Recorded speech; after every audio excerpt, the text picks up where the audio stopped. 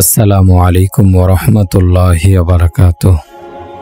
প্রিয় বন্ধুরা, আশা করি আল্লাহ পাকের অশেষ মেহেরবানিতে আপনারা সকলে ভালো আছেন। আমার ভাইয়েরা, মৃত্যুর বিপদ, মৃত্যুর বিভীষিকা ভয়ানক। আমাদের মাথায় ব্যথা হলে ডাক্তারের কাছে ছুটে যাই। ডাক্তার ব্যথা নিরাময়ের ওষুধ দেয়। পেটে ব্যথা হলে ওষুধ খাই। কিন্তু মৃত্যুর যন্ত্রণা যখন আমাদের হাড়ের মধ্যে গেঁথে যাবে, তখন কোনো ডাক্তারের ওষুধে ব্যথা নিরাময় হবে না। মৃত্যুর কষ্ট থেকে আত্মরক্ষার চেষ্টা করাই আমাদের সবচেয়ে বড় প্রয়োজন। কবরের অন্ধকার ঘরে সাববিচ্ছুর দংশন থেকে আত্মরক্ষার চেষ্টা করাই মানব জীবনের বড় সাধনা হওয়া উচিত।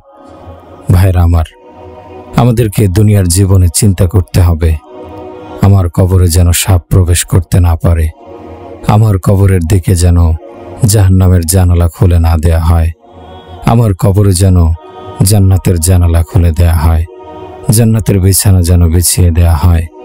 কবরে সওয়াল জবাবের পরে আমার দেয়া জবাব শুনে যেন আল্লাহর পক্ষ থেকে প্রত্যয়ন করা হয় যে আমার বান্দা ঠিক কথাই বলেছে।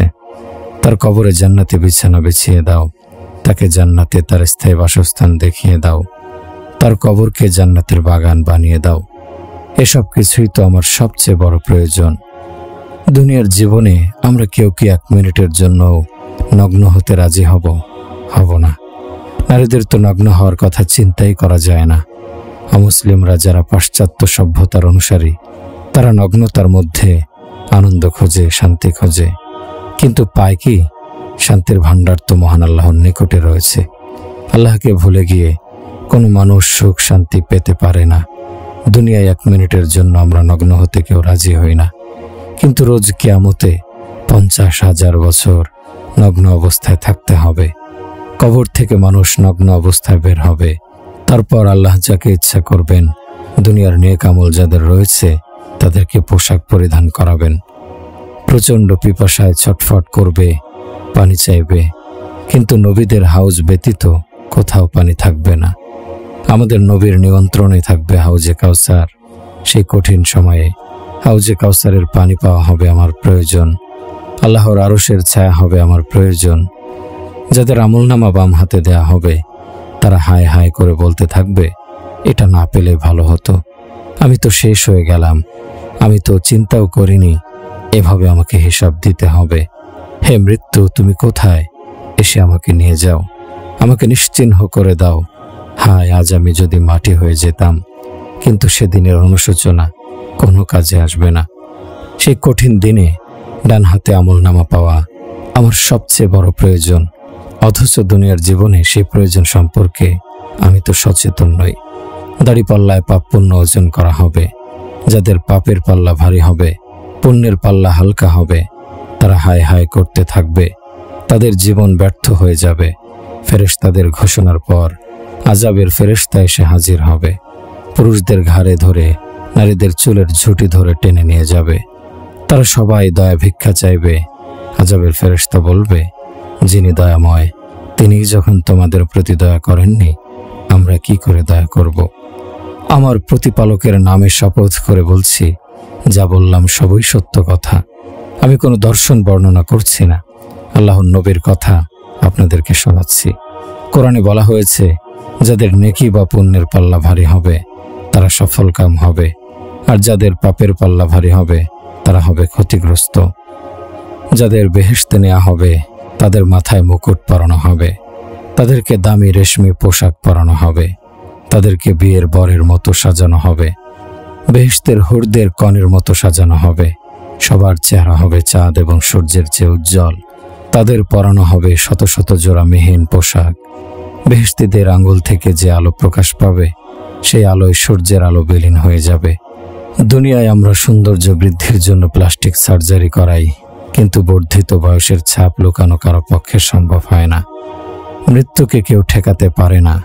চোখের কমে যাওয়া দৃষ্টি বাড়ানো যায় না, কানের শ্রবণ শক্তি বৃদ্ধি করা যায় না, হাতের শক্তি কমে যায়, কোমর বেঁকে যায়, যৌবন বিদায় নেয়, বার্ধক্য এসে হাজির হয়। যেসব সন্তানের জন্য পিতামাতা জীবনভর পরিশ্রম করে, বিয়ের পরে তারা স্ত্রী এবং সন্তানের প্রতি ভালোবাসার কারণে মাতা পিতাকে ভুলে যায়। সন্তানরা সে সময় ভেবে দেখে না, এই পিতামাতা আমাকে ভালো রাখার জন্য সারা রাত জেগে কাটিয়েছে। সন্তান নিজে সন্তানের পিতা হওয়ার পর পিতামাতাকে ভুলে গেছে। জীবনের বার্ধক্য কেউ ফেরাতে পারবে না। বেহেশতে আল্লাহ বৃদ্ধদের নবযৌবন দেবেন। রাসূলুল্লাহ সাল্লাল্লাহু আলাইহি সাল্লাম বলেছেন, আল্লাহ নিজের চেহারার নূর থেকে বেহেশতীদের চেহারায় নূর দেবেন। তারপর আল্লাহ সেই প্রাসাদে প্রবেশ করাবেন। নিজ হাতে তিনি যে প্রাসাদ তৈরি করেছেন, চমকানো বেহেশতি পোশাক পরিধান করানো হবে। অন্যদিকে দোজখীদেরকে মাথায় আগুনের টুপি, গায়ে আলকাতরা মাখানো পোশাক পরিধান করানো হবে। তাদের চোখের রং হবে নীল, চেহারা হবে কালো, তাদের দেহ হবে দুর্গন্ধময়, দেহ হবে বিশাল, দাঁত হবে বিকট রকমের। দোজখীদের চিৎকার শুনে আযাবের ফেরেশতারা তাদের বলবেন, তোমাদেরকে কেউ কি বলেনি মৃত্যুর পরে এক ভয়াবহ পরিস্থিতির সম্মুখীন হতে হবে? তারা বলবে, বলেছিল, কিন্তু আমরা বিশ্বাস করিনি। আমরা বলেছিলাম, যখন সেরকম কঠিন পরিস্থিতির সম্মুখীন হব তখন দেখা যাবে। জাহান্নামের আগুনে উত্তপ্ত গরম পানি দিয়ে দোজখীদের শাস্তি দেয়া হবে। জাহান্নামের এক লোটা পানি 7 সমুদ্রে নিক্ষেপ করা হলে 7 সমুদ্রের পানি গরম হয়ে যাবে। জাহান্নামে হাত পা বেঁধে উল্টো করে ঝুলিয়ে শাস্তি দেয়া হবে। মাথার ওপর থেকে ঝরতে থাকবে আগুনের বৃষ্টি। অদৃশ্য ঘোষক ঘোষণা করবে, ওদের জন্য আগুনের বিছানা বিছিয়ে দাও, আগুনের চাদর তাদের গায়ে জড়িয়ে দাও, কাঁটাযুক্ত বৃক্ষ ওদের খেতে দাও। পিপাসায় ছটফট করা জাহান্নামীদেরকে পুজ খেতে দেয়া হবে। দুনিয়ায় যারা মদ পান করত, তারপর তাওবা না করে মরে গেছে, তাদেরকে দুনিয়ার পতিতা নারীদের হায়েজের রক্ত খেতে দেয়া হবে। আমার ভাইরা, মহান আল্লাহ এই দুনিয়া খেলতামাশার জন্য সৃষ্টি করেননি। এই দুনিয়া হচ্ছে ধোকার ঘর, মশার পাখার মতো গুরুত্বহীন, মাকড়সার জালের মতো গুরুত্বহীন, মূল্যহীন। যারা দুনিয়ার পেছনে ছোটাছুটি করে তারা দেওয়ানা। যারা দুনিয়ার সমৃদ্ধির স্বপ্ন দেখে তারা পাগল। যারা দুনিয়ায় সুরম্য প্রাসাদ তৈরি করে তারা নির্বোধ, তারা মূর্খ। যারা আল্লাহর জান্নাতকে ভুলে যায় এবং দুনিয়ার পেছনে ছোটে তারা নির্বোধ, নাদান। এই দুনিয়া হচ্ছে মুসাফিরখানা। এই দুনিয়ায় একসময় বসবাস করা ধনী গরিব, নারী পুরুষ সবাই একে একে বিদায় নিয়েছে। বাবুর্চি, খানসামা, রাজা, বাদশাহ, উজির, সেনাপতি, এসপি, প্রেসিডেন্ট, সেক্রেটারি, চাপরাশি, জুতো পালিশ করনেওয়ালা, কর্মকার, সবজি বিক্রেতা, ব্যবসায়ী সবাই বিদায় নিয়ে চলে গেছে পরলোকে। একে একে যাদেরকে কবর দেয়া হয়েছে তাদের কবরে কবরস্থান আবাদ হয়েছে। অনেকের পরিত্যক্ত বাড়ি ঘরে এখন মাকড়সা জাল তৈরি করছে, সেখানে নির্জনতা। একসময় মাকড়সার জালও ছেড়ে যাবে, বাতাসের চলাচল থাকবে, সবাইকে আল্লাহর সামনে জবাবদিহি করতে হবে। আল্লাহ প্রশ্ন করবেন, দুনিয়া থেকে কি কর্ম করে এসেছ? কাজে আসুন আমরা আল্লাহর প্রেরিত নবীর আদর্শ অনুসরণ করি। আল্লাহর নবী দয়ালু উম্মতের জন্য রয়েছে তার অসামান্য ভালোবাসা। আমার ভাই ও বন্ধুগণ, যার প্রতি আল্লাহ খুশি হয়েছেন তার জীবন সফল, তার দুনিয়া আখেরাতে কোনো চিন্তা নেই। যার প্রতি আল্লাহ নাখোশ হয়েছেন তার দুনিয়া আখেরাত বরবাদ হয়ে গেছে। আল্লাহর সন্তুষ্টির মধ্যে রয়েছে সফলতা, অসন্তুষ্টির মধ্যে রয়েছে ব্যর্থতা। বর্তমানে আমরা দুনিয়ার সফলতাকে সফলতা মনে করি, দুনিয়ার ব্যর্থতাকে ব্যর্থতা মনে করি। যারা এরকম মনে করে তাদেরকে প্রশ্ন করি, আপনারা কি মনে করেন ইমাম হুসাইন রাদিয়াল্লাহু আনহু ব্যর্থ হয়েছিলেন আর ইবনে জিয়াদ এবং তার বাহিনী সফল হয়েছিল? কারবালায় তো ইমাম হুসাইন রাদিয়াল্লাহু আনহু পরাজিত হয়েছিলেন, ইবনে জিয়াদ বিজয়ী হয়েছিলেন। ইবনে জিয়াদকে সফল বলবে এরকম মানুষ কি খুঁজে পাওয়া যাবে? ইমাম হুসাইনকে ব্যর্থ বলবে এরকম মানুষ কি পাওয়া যাবে? রাসূলুল্লাহ সাল্লাল্লাহু আলাইহি ওয়াসাল্লাম বলেছেন, হাসান হুসাইন রাদিয়াল্লাহু আনহু হবে জান্নাতের যুবকদের নেতা। যারা জান্নাতের নেতা তারা কি অসফল হতে পারে? একটি হাদিস বহুদিন পর মনে পড়ল। আল্লাহর রাসূল বলেছেন, এমন কেউ কি আছে যে বলবে, আমি আল্লাহর দরজার কড়া নেড়েছি কিন্তু আল্লাহ সাড়া দেননি? আল্লাহ বলেন, আমার দুয়ার কখনো বন্ধ হয় না, আমার দুয়ারে কড়া নাড়ার দরকার নেই। হে বান্দা, তুমি যখনই আমাকে ডাকবে আমি তখনই লাব্বাইক বলে তোমার ডাকে সাড়া দেব।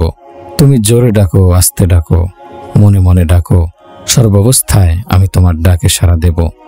প্রকৃতপক্ষে আমরা আল্লাহকে ডাকতে জানি না। আল্লাহকে ডেকে দেখুন, তিনি অবশ্যই সাড়া দেবেন, অবশ্যই আপনার প্রার্থনা কবুল করবেন। মানব জীবনের প্রকৃত উদ্দেশ্য ও লক্ষ্য হচ্ছে মহান আল্লাহর সন্তুষ্টি অর্জন করা। যে ব্যক্তি আল্লাহকে পায়নি, আল্লাহর সন্তুষ্টি অর্জন করতে ব্যর্থ হয়েছে, তার জীবন ব্যর্থতায় পূর্ণ। আল্লাহকে ডেকে কেউ ব্যর্থ হয়নি, কেউ পরাজিত হয়নি।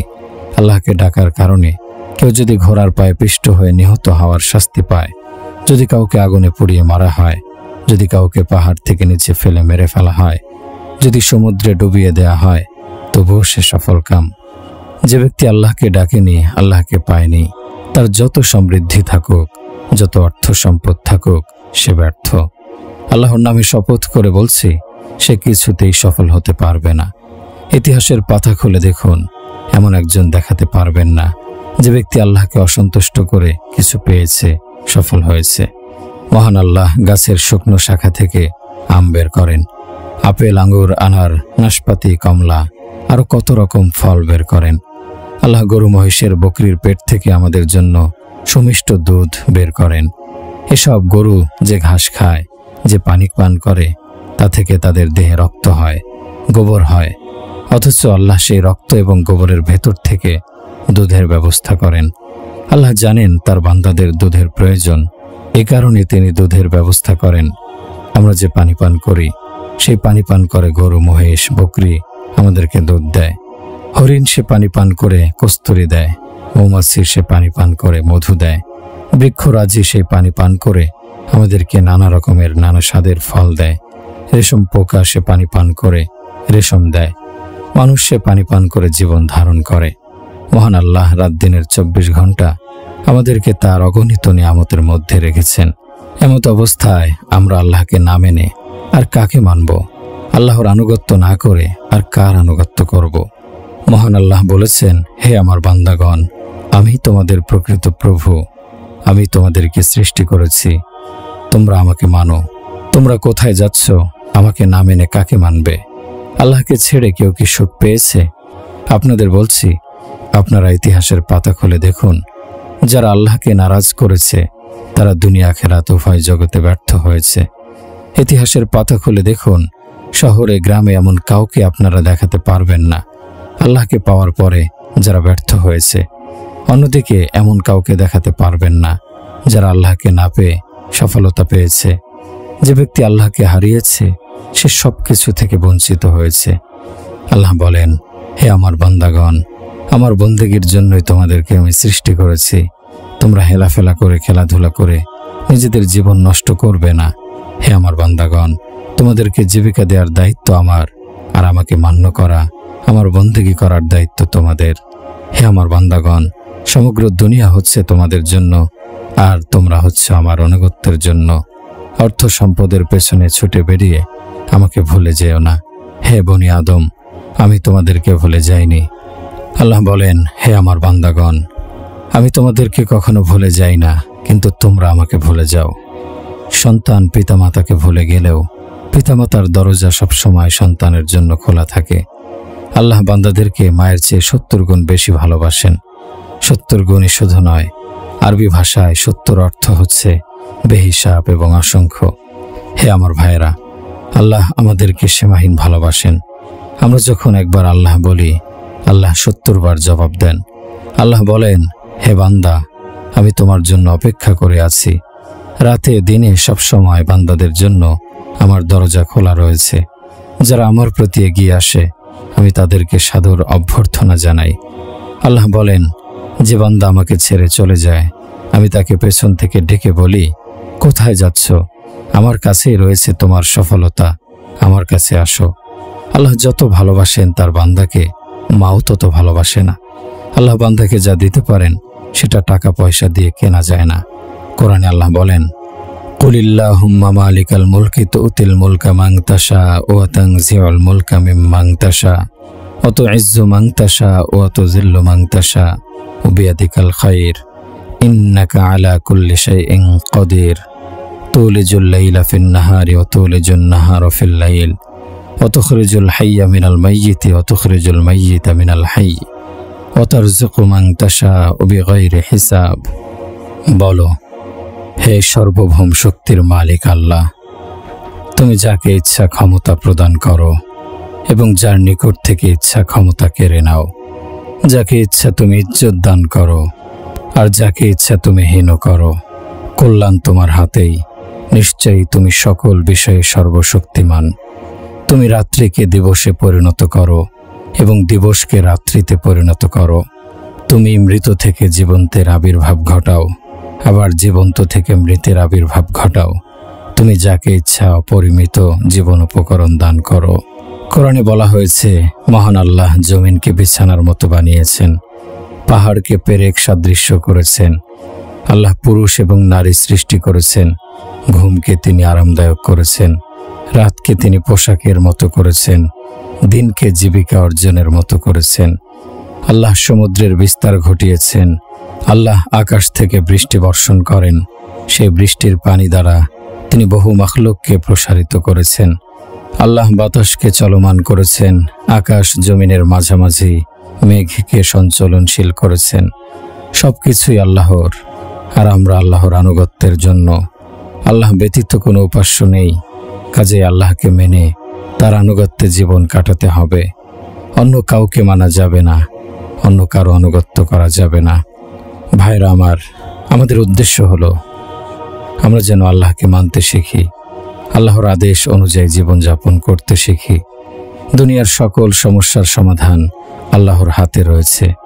দুনিয়ার সকল সম্মান আল্লাহর হাতে রয়েছে। আখিরাতের সম্মান আল্লাহর হাতে রয়েছে। যারা মহান আল্লাহর আনুগত্য করে, আল্লাহ তাদেরকে বেহিসাব দান করেন। আল্লাহ বলেন, হে আমার বান্দা, তুমি আমাকে ছেড়ে কোথায় যাচ্ছ? আমার দিকে আসো, আমাকে পাওয়ার জন্য আসো। আমি কথা দিচ্ছি, যারা আমাকে পাওয়ার জন্য আসবে আমি তাদেরকে সাক্ষাৎ দেব। তারা আমাকে পাবে, যারা আমাকে পাবে তাদের সব কিছু পাওয়া হবে। যদি আমাকে না পাও তবে সব কিছু হারাবে। আমার ভাইরা, আল্লাহকে আপন করে নিন। গভীর রাতে ঘুম থেকে জেগে আল্লাহকে ডাকুন। আল্লাহকে অন্ধকারে ডাকুন, তিনি সাড়া দেবেন। দুনিয়ার কোনো নেতার নিকট আবেদন নিবেদন করবেন না। সবচেয়ে বড় বাদশা যিনি, তাকে ডাকুন। জমিন আসমানের যিনি মালিক, তার সঙ্গে সম্পর্ক স্থাপন করুন। আল্লাহর নিকট তাওবা করার সহজ উপায় হচ্ছে এ অঙ্গীকার করা, হে আল্লাহ, ভবিষ্যতে আর করব না। এ কথা বলা মাত্র আল্লাহ তাওবা কবুল করবেন। হুকুকুল্লাহর তাওবা সহজ, হুকুকুল ইবাদের তাওবা হচ্ছে আল্লাহর নিকটে অঙ্গীকার করা, হে আল্লাহ, ভবিষ্যতে কারো হক নষ্ট করব না। তারপর যার হক নষ্ট করা হয়েছে তার নিকট গিয়ে ক্ষমা চাইতে হবে। যদি সেই ব্যক্তি ক্ষমা না করে তবে তার হক পরিশোধ করতে হবে। যদি চেষ্টা করেও পাওনাদারের হক আদায় করা সম্ভব না হয় তবে আল্লাহ রোজ কিয়ামতে পাওনাদারের হক নিজের পক্ষ থেকে আদায় করে দেবেন। তবে শর্ত হচ্ছে তাওবা পরিশুদ্ধ হতে হবে, নিয়ত পরিচ্ছন্ন হতে হবে। কেউ যদি সুদ খায়, সুদের ওপর টাকা নেয় বা দেয়, তাহলে তাওবা করতে হবে, হে আল্লাহ, আজকের পর থেকে পাপ আর কখনো করব না। হে আমার ভাইরা, ভেবে দেখুন, শিরক হচ্ছে সবচেয়ে বড় পাপ। তবে আল্লাহ মুশরিককে বলেননি, তোমার সঙ্গে আমি যুদ্ধ ঘোষণা করলাম। কিন্তু যারা সুদ লেনদেন করে, আল্লাহ এবং তার রাসূল তাদের বিরুদ্ধে যুদ্ধ ঘোষণা করেন। তবে তাওবার মাধ্যমে সকল পাপ মার্জনা করা যায়। ভাইরা আমার, আপনারা সবাই তাওবা করুন। যারা তাওবা করবেন তাদের জন্য সুসংবাদ হচ্ছে মহান আল্লাহ তাদের অতীতের সকল পাপ ক্ষমা করে দেবেন। হুকুকুল ইবাদের তাওবা হচ্ছে যার বা যাদের হক নষ্ট করা হয়েছে তাদের হক পরিশোধ করতে হবে, করার নিয়ত থাকতে হবে এবং চেষ্টা করতে হবে। এতে আল্লাহর বিশেষ রহমত এবং বিশেষ সাহায্য পাওয়া যাবে। ভাইরা আমার, মহান আল্লাহকে আপন করে নিন, আল্লাহকে সন্তুষ্ট করুন। আল্লাহ সকল সমস্যার সমাধান করে দেবেন। তাওবার দ্বারা সমস্যার সমাধান হবে। আল্লাহর সামনে কাঁদুন, আল্লাহ সমস্যা সমাধান করে দেবেন। রোজ কিয়ামতে কঠিন বিপদের সম্মুখীন হওয়ার পর কেঁদে কেঁদে চোখ দিয়ে রক্ত বের করা হলেও কোনো লাভ হবে না। আল্লাহর দয়া পাওয়া যাবে না। দুনিয়ার জীবনের তাওবা অত্যন্ত গুরুত্বপূর্ণ। এখানের কান্নাকাটি, হাহাকার বিশেষ গুরুত্বপূর্ণ। একজন লোক মূর্তি পূজা করত। সবসময় বলতো, ইয়া সনম একবার ভুল করে সনমের পরিবর্তে ইয়া সামাদ বলে ফেলেছিল। আল্লাহ সঙ্গে সঙ্গে জবাব দিলেন, লাব্বাইকা ইয়া আবদি, হে আমার বান্দা, আমি উপস্থিত। ফেরেশতারা আল্লাহকে বলল, হে আল্লাহ, সে তো আপনাকে চেনে না, ভুল করে ইয়া সামাদ বলে ফেলেছে। আল্লাহ ফেরেশতাদের বললেন, শোনো, 70 বছর যাবৎ অপেক্ষা করে আছি, কখনো হয়তো সে আমাকে ডাকবে। ভুল করে হলেও আজ তো ডেকেছে। আল্লাহর সঙ্গে বিদ্রোহ করা যাবে না। আল্লাহর সঙ্গে বিদ্রোহ করা কোনো মুসলমানের জন্য বৈধ নয়। আমাদের জীবন আল্লাহর দান, মৃত্যুর মালিকও আল্লাহ। মৃত্যুর পরের জীবনে দুনিয়ার জীবনের কৃতকর্মের হিসাব দিতে হবে। মৃত্যুর পরে শুরু হবে অনন্তকালের জীবন। পারিবারিক জীবনে পরিবারের সবাইকে এই রকমের প্রশিক্ষণ দিতে হবে যে আল্লাহকে কিভাবে সন্তুষ্ট করা যাবে। সন্তানদের এমন কথার শিক্ষা দেয়া যাবে না যে যদি অর্থ উপার্জন না করো তাহলে না খেয়ে মরে যাবে। পরিশ্রমের পাশাপাশি আল্লাহর প্রতি ঈমান এবং তাওয়াক্কুলের শিক্ষা সন্তানদের মনে গেঁথে দিতে হবে। যারা নামাজ আদায় করে না তাদেরকে নামাজ আদায়ের প্রশিক্ষণ দিতে হবে। যারা কোরআন তেলাওয়াত করে না তাদেরকে কোরআন তেলাওয়াতের প্রশিক্ষণ দিতে হবে। 10 টাকা মুনাফা হলে সবাই খুশি, 10 টাকা লোকসান হলে সবাই নাখোশ। পরিবারে কেউ অসুস্থ হলে সবাই চিন্তিত, অথচ নামাজ আদায় না করা হলে কারো মন খারাপ হয় না। এমন যেন না হয়। আমার ভাইরা, বোনেরা, ফরজ নামাজ ছেড়ে দেয়া মানুষের সংখ্যা কম নয়। ফরজ নামাজ আদায় না করা হলে যেরকম অস্থিরতা প্রকাশ পাওয়া উচিত ছিল, আমাদের সমাজে সেরকম অস্থিরতা দেখা যায় না। আর্থিক ক্ষতিকে আমরা বড় করে দেখতে অভ্যস্ত। পুরুষ এবং নারীদের জন্য মহান আল্লাহ মাপকাঠি নির্ধারণ করে দিয়েছেন। আল্লাহ সেই মাপকাঠি অনুসরণের জন্য আমাদেরকে আদেশ দিয়েছেন। আল্লাহ বলেন, আমি তোমাদের সৃষ্টিকর্তা, তোমাদের মালিক। তোমরা আমাকে সন্তুষ্ট করতে সচেষ্ট হও। আল্লাহকে সন্তুষ্ট করাই যেন আমাদের জীবনের উদ্দেশ্য এবং লক্ষ্য হয়, সে চেষ্টা করতে হবে। যদি প্রত্যাশিত জিনিস পাওয়া যায় তাহলে শুকর করুন, যদি পাওয়া না যায় তবে সবর করুন। সম্মান পেলে শুকর করুন, সম্মান না পেলে সবর করুন। সুখ্যাতি পেলে শুকর করুন, সুখ্যাতি না পেলে সবর করুন। সুস্থতার সময় শুকর করুন, অসুস্থতার সময় সবর করুন। এসব কিছু তখনই সম্ভব হবে যখন আমরা আল্লাহকে পাওয়াই নিজেদের লক্ষ্য এবং উদ্দেশ্যে পরিণত করব। আল্লাহ এবং তার রাসূলের নিকটে ছাড়া আসমান জমিনে অন্য কারো নিকট যেন আমাদের কোনো প্রত্যাশা না থাকে, সে চেষ্টা চালিয়ে যেতে হবে। আমার ভাইরা, আল্লাহকে মানুন, আল্লাহর আদেশ নিষেধ মানুন। আল্লাহর চেয়ে বড় দয়ালু কেউ নেই। দ্বীনের অনুশীলন করা কঠিন কাজ নয়। অনুশীলন ব্যতীত কেউ ডাক্তার, ইঞ্জিনিয়ার, রাজনীতিবিদ হতে পারে না। সফল ব্যবসায়ী হতে হলে ব্যবসা শিখতে হয়। কোরআনে বলা হয়েছে, সকল প্রশংসা আল্লাহর জন্য নিবেদিত। আলহামদুলিল্লাহ রব্বিল আলামিন। আল্লাহ আমাদের সৃজনকারী, পালনকারী। মাতা পিতা সন্তানকে স্কুলে পাঠানোর জন্য শাসন করেন। শৈশব থেকে শিশুকে অনুশীলন করতে হয়। আল্লাহর পরিচয় হচ্ছে যিনি রহমানুর রহিম, পরম করুণাময়। আল্লাহর নিকট আত্মসমর্পণ করার মধ্যেই রয়েছে জীবনের সফলতা। আমার ভাইরা, আল্লাহর সঙ্গে সমঝোতা করুন, আপোষ করুন। আল্লাহ যা বলেছেন তার অনুসরণেই রয়েছে সফলতা। আল্লাহ যা করতে নিষেধ করেছেন সেসবের মধ্যে রয়েছে আমাদের ক্ষতি। আমরা কেন আল্লাহর নাফরমানি করি? আল্লাহর নাফরমানি করে কেউ সম্মান পেতে পারে না। আল্লাহর নিকট আত্মসমর্পণ করুন, আল্লাহ সবকিছু আপনাকে পাওয়ার ব্যবস্থা করে দেবেন। আমার ভাইয়েরা, দুনিয়ায় আমাদের উদ্দেশ্য হবে মহান আল্লাহর সন্তুষ্টি অর্জন করা, তার আনুগত্য করা। খানাপিনা, বিয়ে শাদী, কৃষিকাজ, ব্যবসা বাণিজ্য, রাষ্ট্র পরিচালনা, আইন আদালত, এসব কিছু হচ্ছে আমাদের প্রয়োজন। এসব কাজের জন্য আমাদেরকে সৃষ্টি করা হয়নি।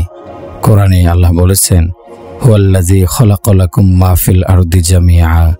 পৃথিবীতে যা কিছু রয়েছে সবকিছু আল্লাহ মানুষের জন্য সৃষ্টি করেছেন। ওমা খলাকাতুল জিন্না ওয়াল ইনসা ইল্লা লিয়াবুদুন। মানুষ এবং জিন জাতিকে শুধুমাত্র আমার ইবাদতের জন্য সৃষ্টি করা হয়েছে। বিশ্বের সবকিছু আমাদের জন্য সৃষ্টি করা হয়েছে, আর আমাদেরকে সৃষ্টি করা হয়েছে আল্লাহর বন্দেগীর জন্য। আমাদের জীবনের উদ্দেশ্য এবং লক্ষ্য হচ্ছে আমরা আল্লাহর জন্য বেঁচে থাকব এবং আল্লাহর জন্য মৃত্যুবরণ করব। আমাদের চলা বলা প্রতিটি পদক্ষেপ হতে হবে আল্লাহর সন্তুষ্টির আশায়। কোরআনে বলা হয়েছে, ইন্না সলাতি ওয়া নুসুকি ওয়া মাহইয়ায়া ওয়া মামাতি লিল্লাহি রাব্বিল আলামিন। নিশ্চয়ই আমার নামাজ, আমার কোরবানি, আমার জীবন, আমার মৃত্যু সবই বিশ্বজগতের প্রতিপালক আল্লাহর জন্য। আমাদের বেঁচে থাকা নিজেদের জন্য নয়, বরং আল্লাহর জন্য। যারা আল্লাহর জন্য বেঁচে থাকে তারা মরে গিয়েও বেঁচে থাকে। যারা নিজের জন্য বাঁচে তারা বেঁচে থেকেও মৃত হয়ে যায়। জামানা তাদেরকে মনে রাখে না, ইতিহাস তাদেরকে স্মরণ করে না, মানুষ তাদেরকে মনে রাখে না। দুনিয়ায় যারা পেটের পূজার জন্য বেঁচে থাকে, ইতিহাস তাদেরকে ক্ষমা করে না, আল্লাহ তাদেরকে ক্ষমা করেন না। যারা আল্লাহর জন্য মরে, আল্লাহর জন্য বাঁচে, ইতিহাস তাদের ভুলে যায় না, আল্লাহ তাদেরকে বাঁচিয়ে রাখেন। ওয়াকান আল্লাহু শাকিরান আলিমা। আল্লাহই বান্দার সবচেয়ে বড় কদরদান। আল্লাহই বান্দার পরিশ্রমের সর্বাধিক মর্যাদা দিয়ে থাকেন। আমাদের জীবনের উদ্দেশ্য হচ্ছে মহান আল্লাহর সন্তুষ্টি অর্জন করা। কোরআনে আমরা মানব জাতির ইতিহাস দেখতে পাই। যারা আল্লাহর জন্য জীবন দিয়েছে তারা চিরঞ্জীব হয়েছে, যারা নিজের জন্য বেঁচেছে তারা মহাকালের গর্ভে বিলীন হয়ে গেছে। কিয়ামত কাল পর্যন্ত এই ইতিহাস অপরিবর্তিত থাকবে।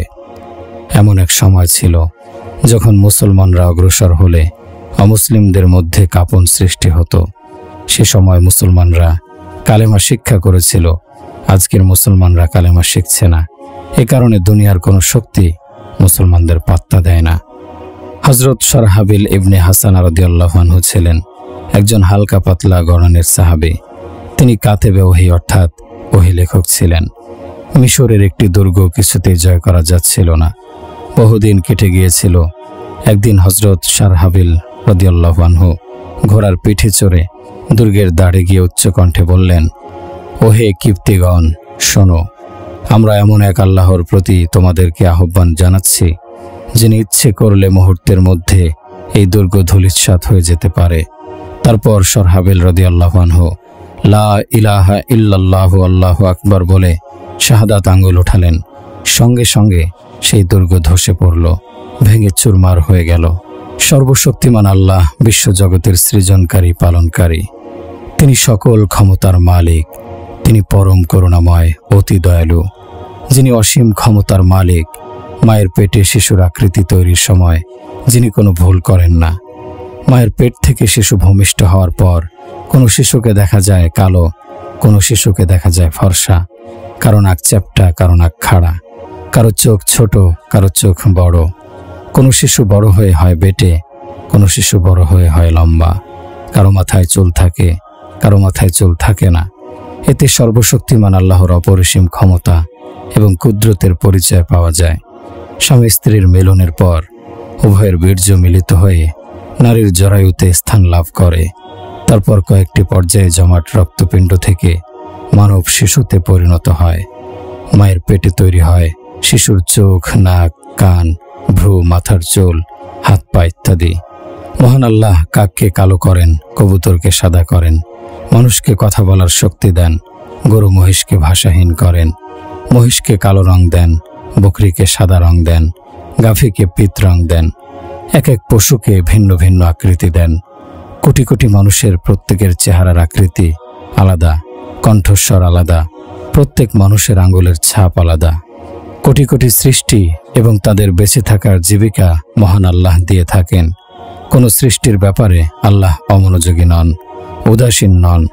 এত বিশাল সৃষ্টির পরিকল্পনা বাস্তবায়ন করেও আল্লাহ ক্লান্ত হন না। মায়ের পেটে আশ্চর্য কর্মকুশলতায় আল্লাহ মানব শিশুকে সৃষ্টি করেন। সেই শিশু পর্যায়ক্রমে বড় হয়ে যৌবন প্রাপ্ত হওয়ার পর আল্লাহর আদেশ মেনে চলে না, সুদ লেনদেন করে, মিথ্যা কথা বলে। অন্যদেরকে বলে, যদি মিথ্যা না বলি তবে রুটি রুজি আসবে কিভাবে।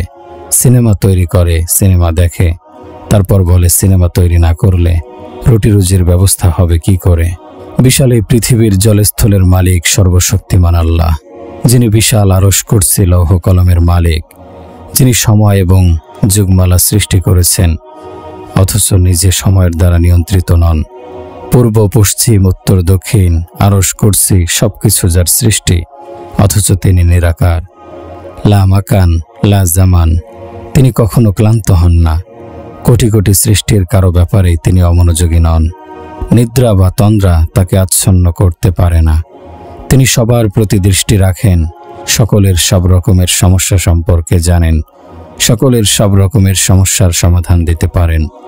আমার ভাইয়েরা, আপনাদের বলছি, ধরুন আপনাদের মধ্যে কেউ একজন ভূর্ত কাজ রাখলেন।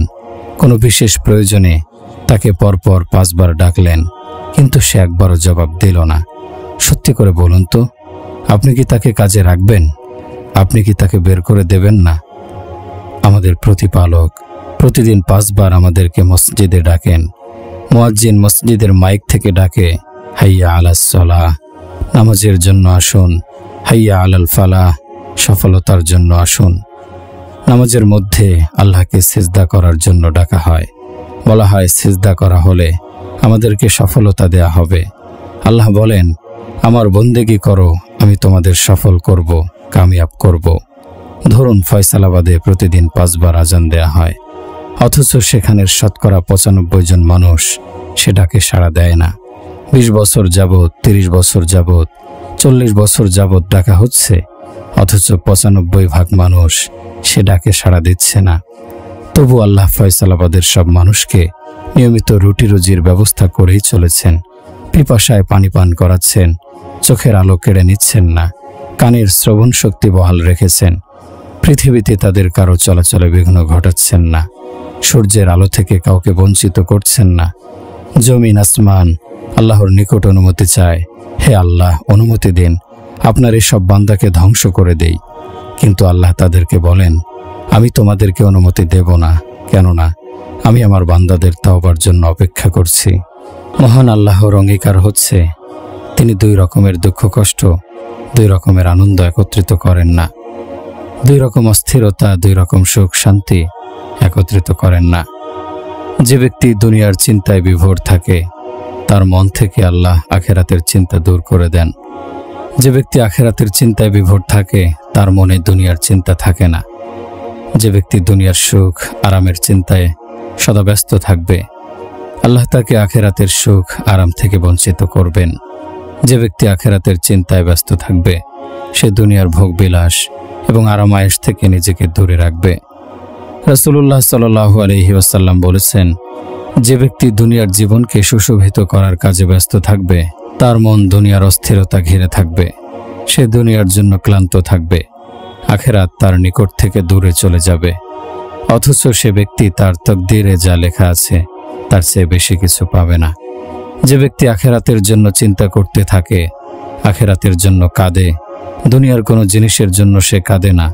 আখেরাতের চিন্তায় সে রাতে শয্যা ত্যাগ করে, আল্লাহর ইবাদত করে, দুনিয়ার জীবনের আরাম আয়েশের কথা ভুলে যায়, কবরের অন্ধকারের কথা চিন্তা করে।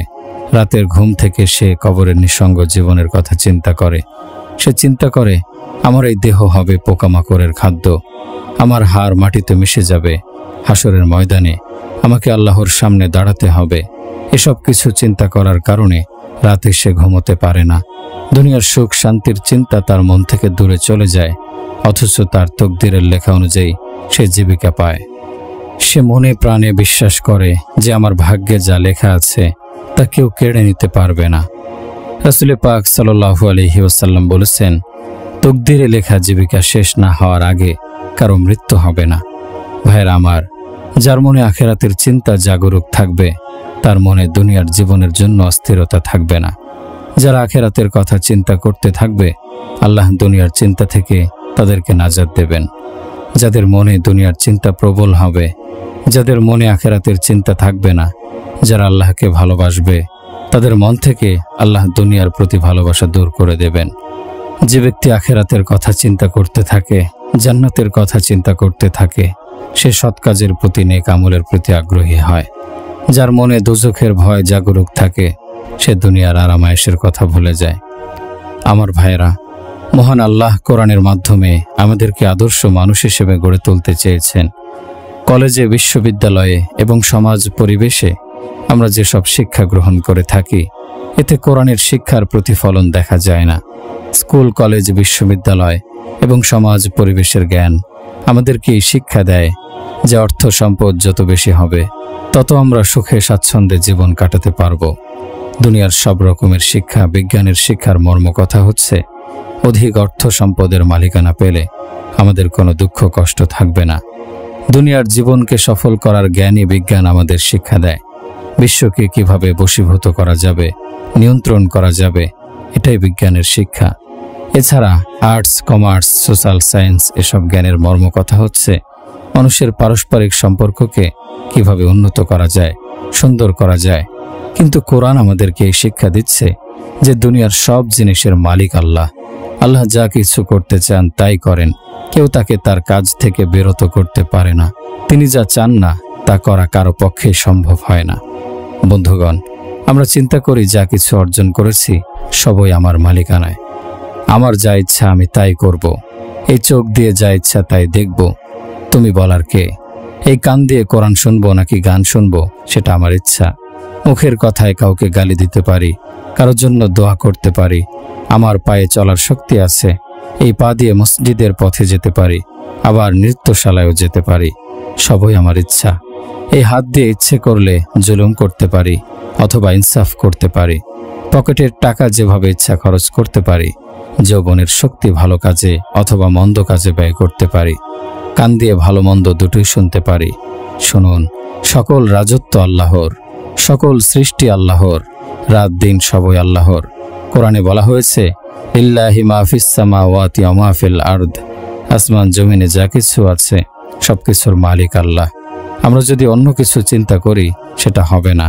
আল্লাহর কর্তৃত্ব আমাদেরকে অবশ্যই স্বীকার করতে হবে।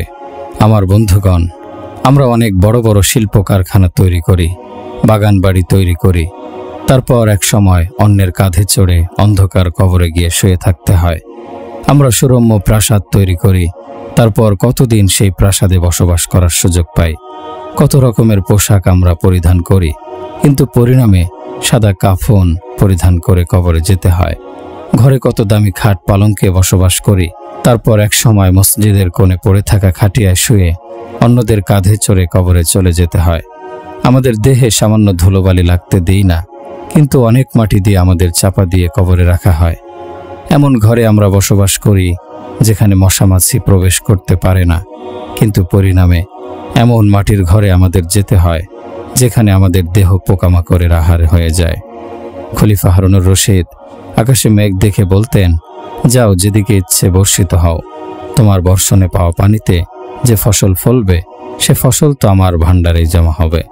মৃত্যুর লক্ষণ প্রকাশ পাওয়ার সময় খলিফা ইরানের তুস শহরে ছিলেন। ভূতদের দিয়ে তিনি নিজের কবর খনন করালেন। পাশে বসে কবর খননের দৃশ্য প্রত্যক্ষ করলেন। বললেন, মানুষ কত অসহায়। মরণের পর কবরের নিচে মাটি চাপা দেওয়ার পর মানুষ অসহায়ভাবে পোকামাকড়ের খাদ্যে পরিণত হয়। সেদিনের অবস্থার কথা চিন্তা করুন। যখন মাটির গভীরে হবে আপনাদের শয্যা, তখন কি হবে? যদি মহান আল্লাহর রহমত পাওয়া না যায়, দুঃখ কষ্ট যন্ত্রণার শেষ থাকবে না। কবরের সংকীর্ণ গুহা, সেখানে পোকামাকড়ের খাবার হবে লাশ। কিয়ামত আসা পর্যন্ত কবরে থাকতে হবে। বিশ্বজগতের সবকিছু একদিন ধ্বংস হয়ে যাবে, শুধুমাত্র আল্লাহ থাকবেন, কারণ আল্লাহর সত্তা চিরস্থায়ী, তিনি চিরঞ্জীব। দুনিয়ায় কত ক্ষমতাশালী, কত প্রভাবশালী রাজা বাদশাহ এসেছে, আজ কেউ নেই। দুর্ধর্ষ কত সেনাবাহিনী ছিল, তারা কেউ নেই। মিশরের সম্রাট ছিল ফেরাউন, সে আজ কোথায়? দেশে দেশে কত ফেরাউন এসেছে, তাদের সবাই মাটিতে মিশে গেছে, সবাই অস্তিত্বহীন হয়ে গেছে। নমরুদ, সাদ্দাদ, কারুন, আরও কত নাম, অথচ আজ তাদের কেউ পৃথিবীতে নেই। অর্থ সম্পদের সমৃদ্ধি, কত বিশাল ধনভাণ্ডারের মালিকেরা ছিল, আজ তাদের নাম ঠিকানা মুছে গেছে। কোরআনে দুনিয়ার মানব জীবনকে ক্রীড়া কৌতুক নামে অভিহিত করা হয়েছে। দুনিয়ার অর্থ সম্পদ, প্রভাব প্রতিপত্তি সবই মূল্যহীন। দুনিয়ায় দুই শ্রেণীর মানুষ বসবাস করে, কেউ দুনিয়ার পূজারী, কেউ আখেরাতের পূজারী। আপনাদের বলছি, আপনারা দুনিয়ার পূজারী হবেন না, বরং আখেরাতের পূজারী হন। কিয়ামতের দিন এই দুনিয়া কুৎসিত বৃদ্ধার চেহারায় হাজির হবে। আল্লাহ মানুষদের বলবেন, দেখো এই হচ্ছে দুনিয়া, তোমরা এর প্রতি আকৃষ্ট হয়ে আমাকে ভুলে গিয়েছিলে। তারপর আল্লাহর আদেশে দুনিয়াকে এবং দুনিয়ার পূজারীদেরকে দোজখে নিক্ষেপ করা হবে। রাসূলের একজন সাহাবী বাণিজ্যের পণ্য কেনার জন্য সিরিয়া গিয়েছিলেন। তখনও মদ হারাম ঘোষণা করা হয়নি। সেই সাহাবী সব পুঁজি ব্যয় করে মদ কিনলেন। মদ কেনার পর মদিনায় এলেন, শুনলেন মদ নিষিদ্ধ করে কোরআনে আয়াত নাজিল হয়েছে। এ কথা শোনার পর সেই সাহাবী সব মদ মাটিতে ঢেলে দিলেন। বললেন, হে আল্লাহ, আপনার আদেশ শিরোধার্য, আপনি যাতে সন্তুষ্ট আমিও তাতে সন্তুষ্ট। আসুন আমরা আল্লাহর জন্য বিক্রি হই, আল্লাহর দ্বীনের জন্য বিক্রি হই, আল্লাহর জান্নাতের জন্য নিজেদের বিকিয়ে দেই।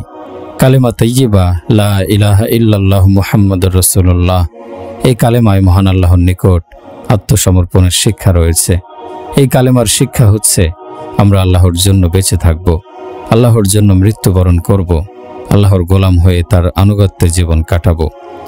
40 বছরের জীবনে নিজের নামাজের হিসাব করে দেখুন, এতদিন যত সিজদা দিয়েছেন সে সকল সিজদায় আল্লাহর প্রতি ভালোবাসা ছিল কিনা? মানুষের দ্বারে দ্বারে যে ব্যক্তি ভিক্ষা করে সে তো অভাবগ্রস্ত এবং নিঃস্ব নয়, বরং যে ব্যক্তি আল্লাহর সন্তুষ্টি অর্জনে সক্ষম হয়নি সেই ব্যক্তি প্রকৃত অভাবগ্রস্ত এবং নিঃস্ব। যে ব্যক্তি আল্লাহর নাম ভালোবেসে উচ্চারণ করেনি সে ব্যক্তি নিঃস্ব। আল্লাহর নামের স্বাদ যে পায়নি সে নিঃস্ব।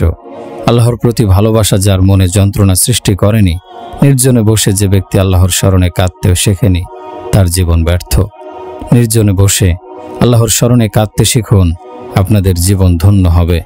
দুনিয়া আখিরাতের সফলতা পাবেন। বাইরে ভেতরে রাসূলের আদর্শ অনুসরণ করে জীবন গঠন করুন, এতেই রয়েছে জীবনের সফলতা।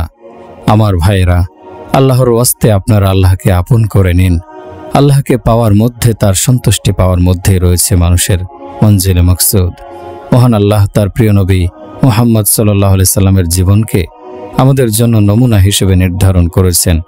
আল্লাহর নিকট আরব, অনারব, কুরাইশি, পাঠান, রাজপুত বিবেচ্য নয়। আল্লাহর সন্তুষ্টি পেতে হলে আমাদেরকে মুহাম্মাদি হতে হবে। মুহাম্মদ সাল্লাল্লাহু আলাইহি সাল্লামের আদর্শে জীবন তৈরি করতে হবে। আমাদের দুর্ভাগ্য হচ্ছে নবীজি যা পছন্দ করতেন সেসব আমাদের পছন্দ নয়, তিনি যা কিছু অপছন্দ করতেন সেসব আমাদের পছন্দ। বাইরে ভেতরে পরিচ্ছন্নতা অর্জন জরুরি। পাকিস্তানের একজন জেনারেল 20-30 বছর সেবা করার পর যদি ভারতীয় সৈন্যের পোশাক পরিধান করে আসে, সঙ্গে সঙ্গে তাকে কোর্ট মার্শালে শাস্তি দেওয়া হবে। সেই জেনারেল নিজের অতীতের রেকর্ডের উদাহরণ দিয়েও নিষ্কৃতি পাবে না। তাকে বিশ্বাসঘাতক এবং গাদ্দার বলা হবে। তাকে বলা হবে, তোমার পোশাক, তোমার উর্দি তোমার বিশ্বাসঘাতকতার প্রমাণ দিচ্ছে, তোমার আনুগত্যের সংশয় রয়েছে, তোমার বাইরের আবরণ তোমার ভেতরকে সংশয়পূর্ণ করেছে। পোশাক যদি অপরিচ্ছন্ন হয়, সঙ্গে সঙ্গে আমরা সে পোশাক খুলে ফেলি। আমি পানি পান করতে চাইলাম, আপনারা আমাকে 1 গ্লাস পানি এনে দিলেন। পানি ঠান্ডা এবং পরিষ্কার, কিন্তু গ্লাসে যদি ময়লা লেগে থাকে, মাটি লেগে থাকে, আমি কি সেই পানি পান করব? গ্লাসের ময়লা এবং নোংরার কারণে ভেতরের পরিষ্কার পানি পান করার উপযুক্ত থাকবে না। এ কারণে ভেতরের পরিচ্ছন্নতার পাশাপাশি বাইরের পরিচ্ছন্নতাও প্রয়োজন। যে ভর্ত পানি এনেছে তাকে ধমকাতে থাকবেন, সে বলবে ভেতরের পানি তো পরিষ্কার, কিন্তু তার এ যুক্তি কেউ মেনে নেবে না। আমরা নবী মুহাম্মাদের উম্মত, আমাদেরকে ভেতরে বাইরে পরিচ্ছন্ন হতে হবে। মুহাম্মাদের তরিকার অনুসরণেই রয়েছে জীবনের সফলতা। হযরত ওমর রাদিয়াল্লাহু আনহু একটি জামা পরিধান করলেন। দেখা গেল জামার আস্তিন বড়। পুত্রকে বললেন, ছুরি নিয়ে আসো, জামার আস্তিনের বর্ধিত অংশ কেটে ফেলতে হবে। পুত্র কাঁচি দিয়ে কাটতে চাইলে খলিফা রাজি হলেন না। বললেন, আমি আল্লাহর রাসূলকে দেখেছি তিনি জামার আস্তিন ছুরি দিয়ে কেটেছেন, কাজে আমিও তার আদর্শ অনুসরণ করব। আল্লাহর রাসূল সাল্লাল্লাহু আলাইহি সাল্লাম এক জায়গায় যাচ্ছিলেন, পথে এক স্থানে ঠক্কর খেলেন। সেই পথে ঠিক সেই জায়গা অতিক্রমের সময় হযরত ওমরও ঠক্কর খেতেন। বলতেন, এখানে আমার নবী ঠক্কর খেয়েছেন, আমিও ঠক্কর খাবো। একেই বলে নবীর আদর্শ অনুসরণের নমুনা। দুনিয়ার জীবনে যারা আল্লাহর সন্তুষ্টি অর্জন করে শেষ নিঃশ্বাস ত্যাগ করতে পারে, তারা পরকালের জীবনে আল্লাহর মেহমান হয়ে যায়। আল্লাহ তাদেরকে জান্নাতে এমন ঘর দেন যে ঘরের একটি ইট মতির, একটি ইট ইয়াকুতের, একটি ইট জামরুদ পাথরের তৈরি। মিশকের সিমেন্ট দিয়ে সে ঘরের দেয়ালে গাঁথুনি দেয়া হয়। সে ঘরের ছাদ হবে আল্লাহর আরশ। ভূতরা সারিবদ্ধভাবে আদেশ পালনের জন্য দাঁড়িয়ে থাকবে। ডানে বায়ে থাকবে ভূতদের সারি। আল্লাহ বলবেন, হে আমার বান্দা, তুমি খুশি হয়েছ? বান্দা বলবেন, হ্যাঁ হে পরওয়ারদিগার, আমি খুশি হয়েছি। বান্দা আরও বলবে, সকল প্রশংসা সেই আল্লাহর, যিনি তার অঙ্গীকার পূর্ণ করেছেন, যিনি আমাকে জান্নাতের অধিকার দিয়েছেন। যিনি আমাকে নেক আমলের পুরস্কার দিয়েছেন। আল্লাহ বলবেন, এর চেয়ে বড় জিনিস হচ্ছে আমি তোমার প্রতি সন্তুষ্ট হয়েছি, আর কখনো অসন্তুষ্ট হব না। একজন লোকের গাড়ির নিচে এক যুবক চাপা পড়েছিল। গাড়ির মালিক আহত যুবককে নিয়ে গেল করাচির একজন নিউরোসার্জনের চেম্বারে। সার্জন বললেন, আমার ফি এত টাকা, সে টাকা আগে টেবিলে রাখুন, তারপর আহত রোগী দেখব। গাড়ির মালিক বলল, অত টাকা তো আমার সঙ্গে নেই, আপনি ওকে দেখুন, আমি আপনার ফি পরে পরিশোধ করব। সার্জন রাজি হলেন না। গাড়ির মালিক গাড়ির চাবি দিয়ে বলল, আমার গাড়ির চাবি রাখুন, আপনার ফি পরিশোধ করে গাড়ির চাবি নিয়ে যাব। সার্জন তারপর আহত যুবককে দেখতে রাজি হলেন। স্ট্রেচারে গিয়ে সেই সার্জন দেখলেন তারই একমাত্র সন্তান গুরুতর আহত হয়ে ছটফট করছে। সার্জন চিকিৎসা শুরু করার আগেই যুবকটি মৃত্যুবরণ করল। এ ঘটনায় সব ডাক্তারদের জন্য একটি শিক্ষা রয়েছে। এতে বোঝা যায় ডাক্তারদের অর্থের লোভে নয়, সেবার মনোভাব নিয়ে কাজ করা উচিত। টাকা পয়সা মানুষকে সুখী করতে পারে না। মানুষ মনে করে টাকা পয়সা না থাকার কারণেই অশান্তি হচ্ছে। আসলে এটা ঠিক নয়। আল্লাহ ইচ্ছে করলে দারিদ্রতার মধ্যেও সুখ শান্তির ব্যবস্থা করতে পারেন। বাদশাহ তৃতীয় আব্দুর রহমান 50 বছর রাজত্ব করেছিলেন। একদিন বললেন, 50 বছরের শাসনামলের মধ্যে আমি 14 দিন সুখী ছিলাম। জর্দানের বাদশাহ হোসেন 42 বছর রাজত্ব করেছিলেন। হজের সময় একজন জর্দানি নাগরিক বাদশাহ হোসেনের ব্যক্তিগত ডায়েরি দেখেছিল। ডায়েরির শেষ পাতায় বাদশাহ হোসেন লিখেছিলেন, আমি দুনিয়ায় যা চেয়েছি তাই পেয়েছি, কিন্তু আমি কখনো সুখ পাইনি। সুখ ব্যতীত সব কিছু পেয়েছি। একবার আমেরিকায় একটি জামাত নিয়ে গিয়েছিলাম। সেখানে শুনতে পেলাম আমেরিকার এক ধনাঢ্য ব্যক্তি সবসময় বিষণ্ণ থাকেন। তার বয়স ছিল 50 বছরের বেশি। সে সবসময় মৃত্যুর কথা চিন্তা করত আর বলতো, আমার মৃত্যুর পরে আমার এত ধন সম্পদ সব বেহাত হয়ে যাবে। তার এ দুশ্চিন্তার প্রতিকার কেউ কি করতে পারবে? বিশ্বের বিখ্যাত যোদ্ধা এবং বীর ছিলেন চেঙ্গিস খান। আরেকজন বিখ্যাত বীর ছিলেন মাহমুদ গজনবী। 40 বছর বয়স পর্যন্ত মাহমুদ গজনবী সব যুদ্ধে পরাজিত হন। পরবর্তী 25 বছর বিজয় অর্জন করেন। 65 বছর বয়সের সময় সিংহাসনে আরোহণ করেন। বিখ্যাত হেকিমদের একত্রিত করে সুলতান মাহমুদ একদিন বললেন, আমাকে বয়স বৃদ্ধি পাওয়ার ওষুধ বলে দাও। কেউ কোনো কথা বলল না। চীনের একজন হেকিম বলল, সুলতান, আপনার বয়স আমরা 1 মিনিটও বাড়াতে পারবো না, তবে যতদিন আপনি নির্ধারিত আয়ু নিয়ে বেঁচে থাকবেন, আপনার জীবনকে সুখময় করার জন্য আমরা চেষ্টা করতে পারি। তারপর সুলতান মাহমুদ 5 বছর রাজত্ব করেছিলেন। 70 বছর বয়সের সময় তিনি মৃত্যুবরণ করেন। মানুষের জীবনে টাকা পয়সায় সুখের নিশ্চয়তা দেয়, এরকম একটি ভুল ধারণা আমাদের সমাজে বিদ্যমান। আমরা মনে করি টাকা থাকলে সুখ থাকবে, সম্মান থাকবে। স্কুল কলেজেও আমাদের এরকম শিক্ষা দেয়া হয়ে থাকে। হযরত আলী রাদিয়াল্লাহু আনহু বলেছেন, যে ব্যক্তি বলবে অর্থ সম্পদে কাজ সম্পন্ন হয়, তার অর্থ সম্পদ কমে যাবে। যে ব্যক্তি বলবে রাজত্বের দ্বারা সম্মান পাওয়া যায়, আল্লাহ তাকে অপমানিত করবেন। যে ব্যক্তি নিজের জ্ঞানের অহংকার করবে, আল্লাহ তাকে পথভ্রষ্ট করবেন। যে ব্যক্তি নিজের বিদ্যার অহংকার করবে, আল্লাহ তার বিবেক খারাপ করে দেবেন।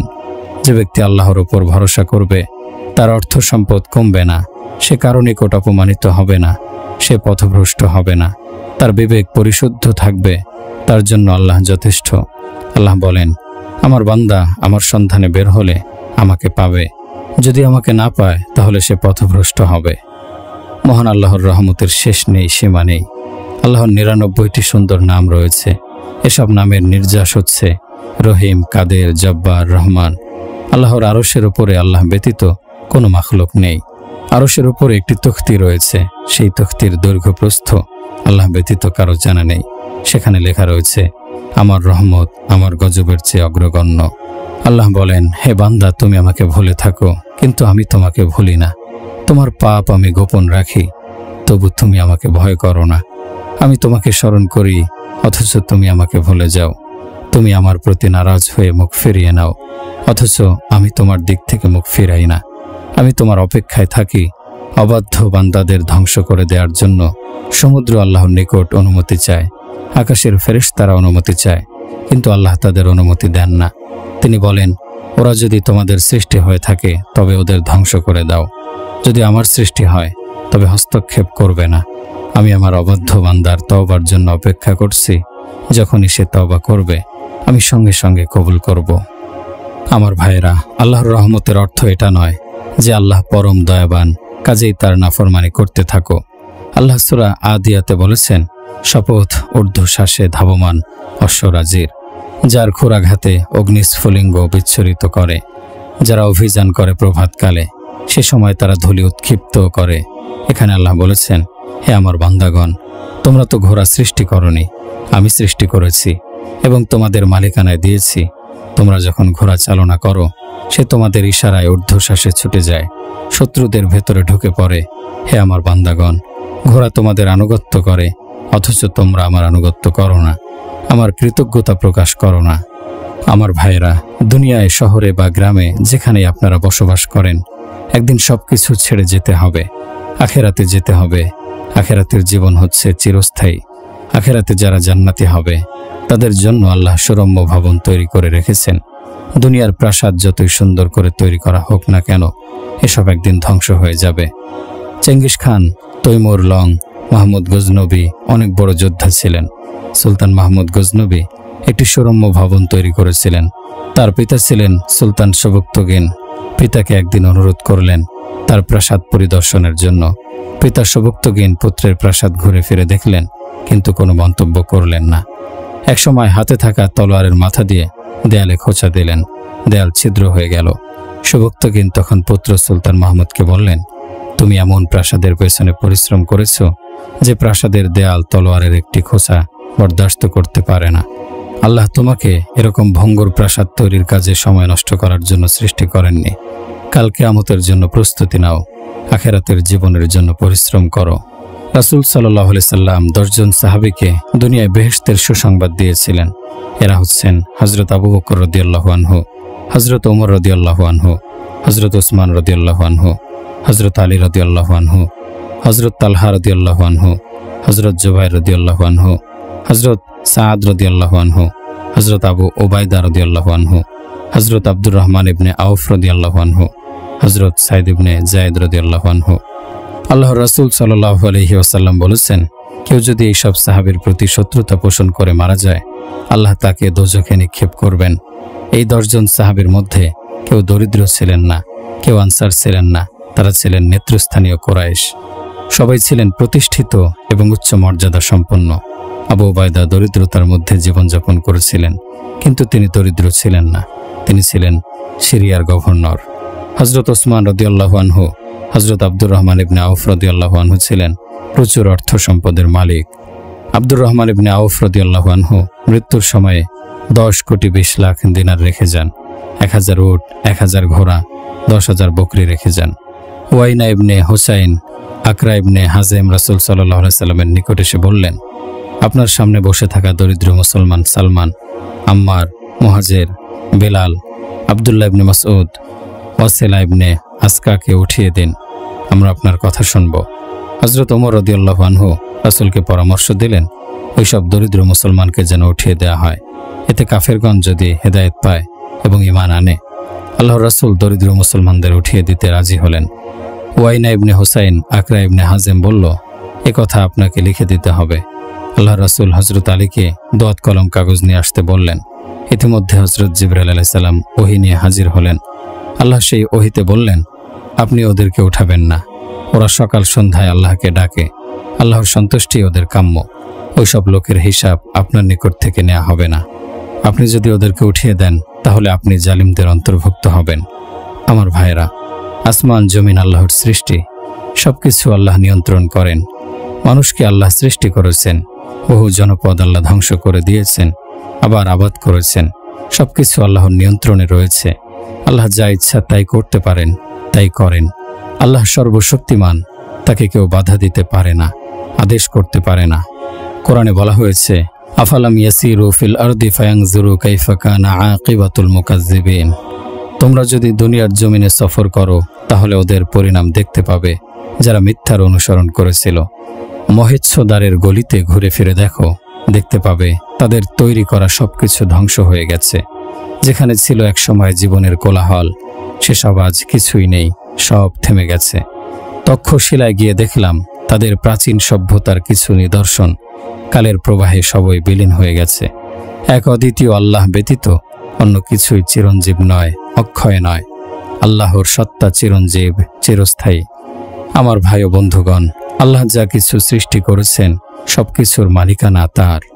এ বিশ্বজগতে তিনি কত কিছু সৃষ্টি করেছেন, পৃথিবীকে অপরূপ করে সাজিয়েছেন। কোথাও মানুষের জীবনে দিয়েছেন আনন্দের উপাদান, আবার কোথাও দিয়েছেন বেদনার উপকরণ। কেউ হাসে, কেউ কাঁদে, কোথাও জন্ম নেয় নবজাতক, কোথায় কেউ শেষ নিঃশ্বাস ত্যাগ করে পরলোক চলে যায়। কারো উত্থান, কারো পতন দেখা যায়। মহান আল্লাহ এসব কিছু করে তার বান্দাদের পরীক্ষা করেন। আল্লাহ কাউকে সিংহাসনে বসান, কাউকে সিংহাসনচ্যুত করেন, কাউকে বাদশা করেন, কাউকে ভিখারি করেন, কাউকে রূপ সৌন্দর্য দেন, কাউকে করেন কুৎসিত অসুন্দর, কাউকে খ্যাতিমান করেন, কাউকে করেন অখ্যাত, কাউকে সুস্থতা দেন, কাউকে অসুস্থ করেন, কাউকে করেন ধনী, কাউকে করেন দরিদ্র। এই দুনিয়াকে আল্লাহ পরীক্ষার স্থান রূপে নির্ধারণ করেছেন। এখানে সুখ ভোগের জন্য নয়, বরং পরকালের পাথেয় সংগ্রহের জন্য মানুষকে চেষ্টা করতে হবে। কিন্তু দুনিয়ার মানুষ দুনিয়াকে সুখ শান্তির জায়গা, বসবাসের জায়গা করে নিয়েছে। একদিন নেমে আসবে মহাপ্রলয়। কোরআনে মহান আল্লাহ বলেন, মহাপ্রলয়। মহাপ্রলয় কি? মহাপ্রলয় সম্বন্ধে তুমি কি জানো? সেই দিন মানুষ হবে বিক্ষিপ্ত পতঙ্গের মতো এবং পর্বতসমূহ হবে ধ্বনিত রঙিন পশমের মতো। তখন যার পাল্লা ভারী হবে সে তো লাভ করবে সন্তোষজনক জীবন। সূরা জিলজালে আল্লাহ বলেন, পৃথিবী যখন আপন কম্পনে প্রবলভাবে প্রকম্পিত হবে এবং পৃথিবী যখন তার ভার বের করে দেবে এবং মানুষ বলবে এর কি হলো, সেদিন পৃথিবী তার বৃত্তান্ত বর্ণনা করবে, কারণ তোমার প্রতিপালক তাকে আদেশ করবেন। সেদিন মানুষ ভিন্ন ভিন্ন দলে বের হবে যাতে ওদেরকে ওদের কৃতকর্ম দেখানো যায়। এ পৃথিবী একদিন মহাপ্রলয়ের দৃশ্য দেখবে। হিমালয় পর্বত তোলার মতো উড়ে যাবে, মানুষ পতঙ্গের মতো উঠতে থাকবে, দুধের শিশুকে তার মা ছুঁড়ে ফেলে দেবে, গর্ভবতীদের গর্ভপাত হবে। আল্লাহ রোজ কিয়ামতের বিভীষিকার কথা বর্ণনা করছেন। আল্লাহ বলেন, পৃথিবীকে যখন চূর্ণ বিচূর্ণ করা হবে এবং যখন তোমার প্রতিপালক উপস্থিত হবেন এবং সারিবদ্ধভাবে ফেরেশতারা উপস্থিত হবে, সেদিন জাহান্নামকে আনা হবে এবং সেদিন মানুষ উপলব্ধি করবে, তখন এই উপলব্ধি তার কি কাজে আসবে? সে বলবে, হায়, আমার এই জীবনের জন্য যদি কিছু অগ্রিম পাঠাতাম। আমার ভাইয়েরা, বস্তুবাদী চিন্তা চেতনায় আমরা সফলতা ব্যর্থতার যে কথা চিন্তা করি, আসলে এসব ঠিক নয়। কোরআন শিক্ষা দিচ্ছে সফলতা ব্যর্থতার মাপকাঠি অন্য কিছু। আল্লাহ যিনি দুনিয়া সৃষ্টি করেছেন, তিনি বলেছেন দুনিয়া হচ্ছে দারুল গুরুর, অর্থাৎ ধোঁকার ঘর। আবার বলা হয়েছে মাতাউল গুরুর, অর্থাৎ ধোঁকার উপাদান। আমাদের ব্যবহার্য সব জিনিস আমাদেরকে ধোঁকার মধ্যে নিক্ষেপ করেছে। আল্লাহর নবী বলেছেন, এ দুনিয়ার মূল্য আল্লাহর দৃষ্টিতে মশার পাখার মূল্যের সমানও নয়। আল্লাহ বলেছেন, দুনিয়ার জীবন হচ্ছে ক্রীড়া কৌতুক খেলতামাশা। সাপুরে যেমন সাপের খেলা দেখায়, দর্শকগণ আনন্দ উপভোগ করে, দুনিয়ার আনন্দ ঠিক তেমন অস্থায়ী। কোরআনের সূরা করিয়ায় মহান আল্লাহ বলেছেন, মহাপ্রলয়। মহাপ্রলয় কি? মহাপ্রলয় সম্বন্ধে তুমি কি জানো? সেদিন মানুষ বিক্ষিপ্ত হবে পতঙ্গের মতো এবং পর্বতসমূহ হবে ধ্বনিত রঙিন পশমের মতো। তখন যার পাল্লা ভারী হবে সে তো লাভ করবে সন্তোষজনক জীবন। সূরা হাক্কায় আল্লাহ বলেন, সেই অবশ্যম্ভাবী ঘটনা কি? সেই অবশ্যম্ভাবী ঘটনা তুমি কি জানো? সে অবশ্যম্ভাবী ঘটনা কি? আদ ও সামুদ সম্প্রদায় অস্বীকার করেছিল মহাপ্রলয়, আর সামুদ সম্প্রদায় ওদেরকে ধ্বংস করা হয়েছিল এক প্রলয়ঙ্কর বিপর্যয় দ্বারা।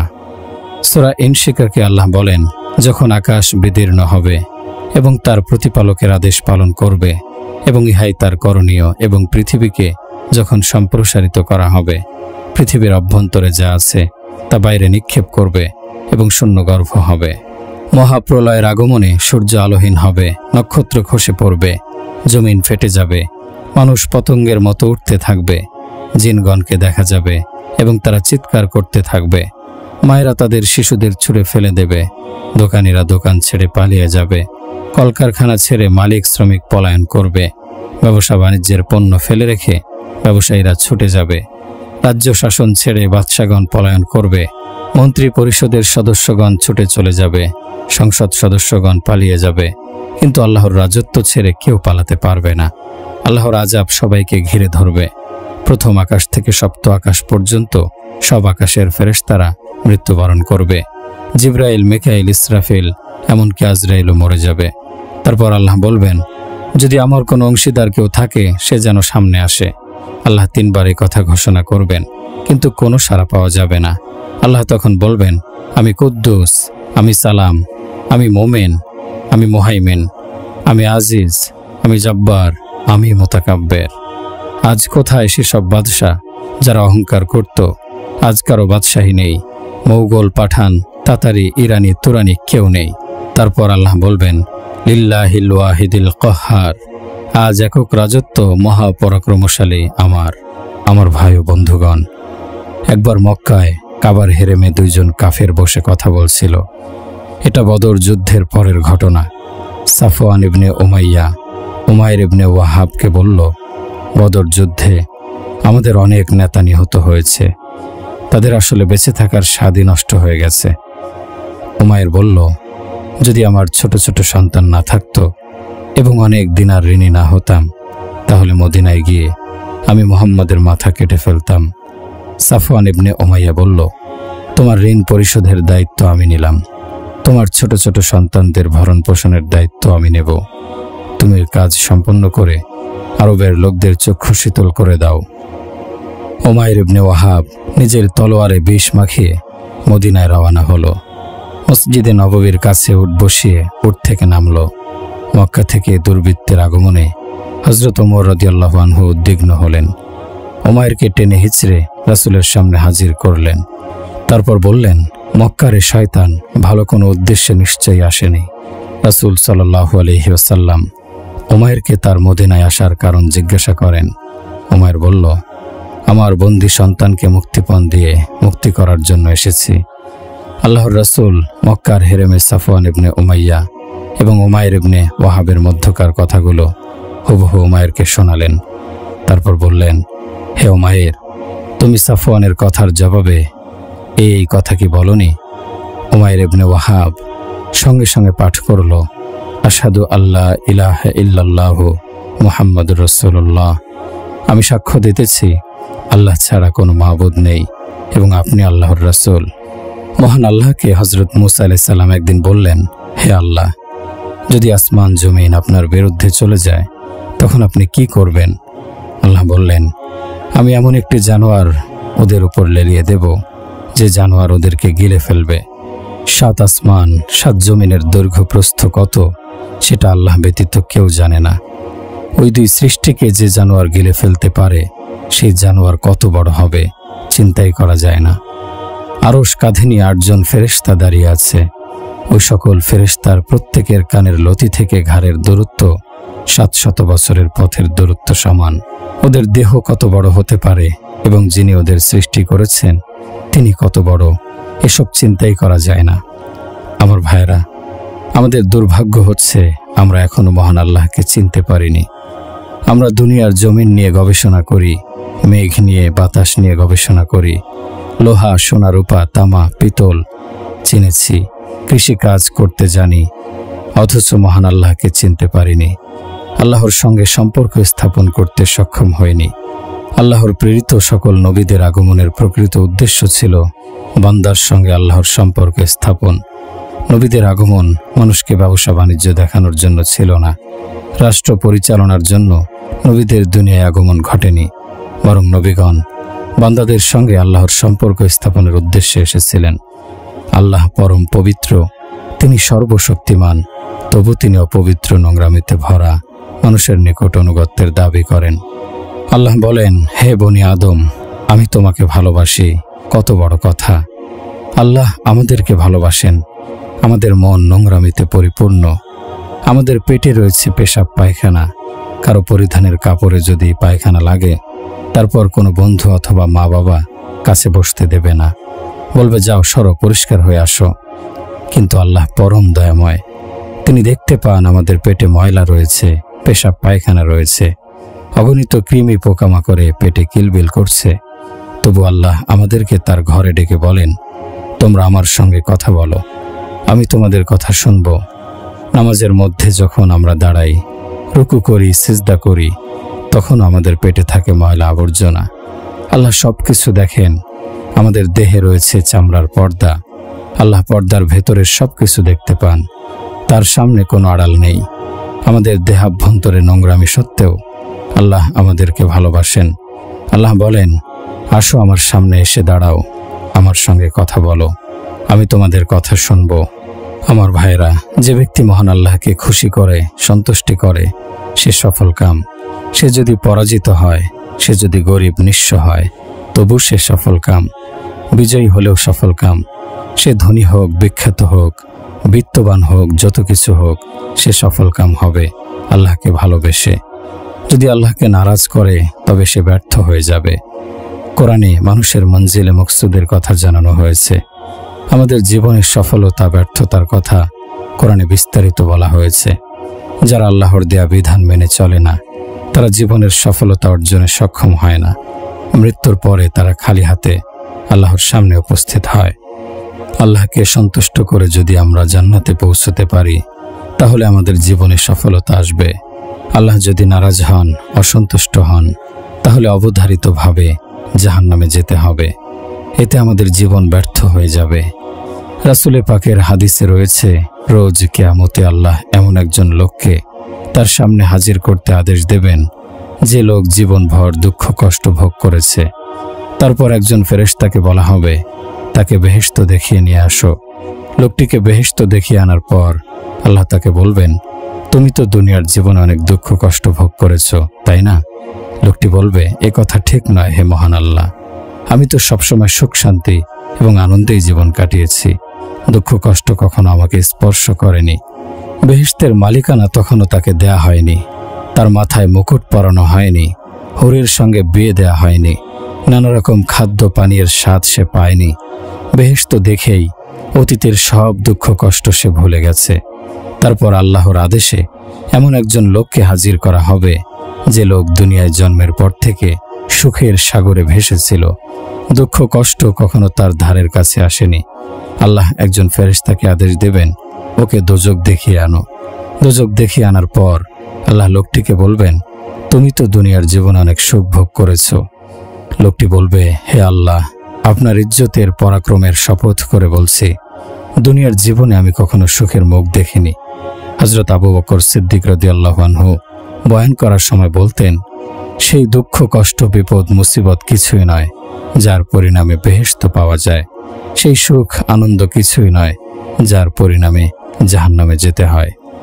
রাসূলুল্লাহ সাল্লাল্লাহু আলাইহি ওয়াসাল্লাম বলেছেন, মনে রেখো, সব রকমের সম্মান মর্যাদা, সফলতা, সুখ শান্তি, আনন্দের স্থান হচ্ছে বেহেশত।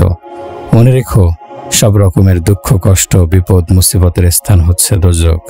আমার ভাইরা, আমাদের সবাইকে মঞ্জিলে পৌঁছতে হবে।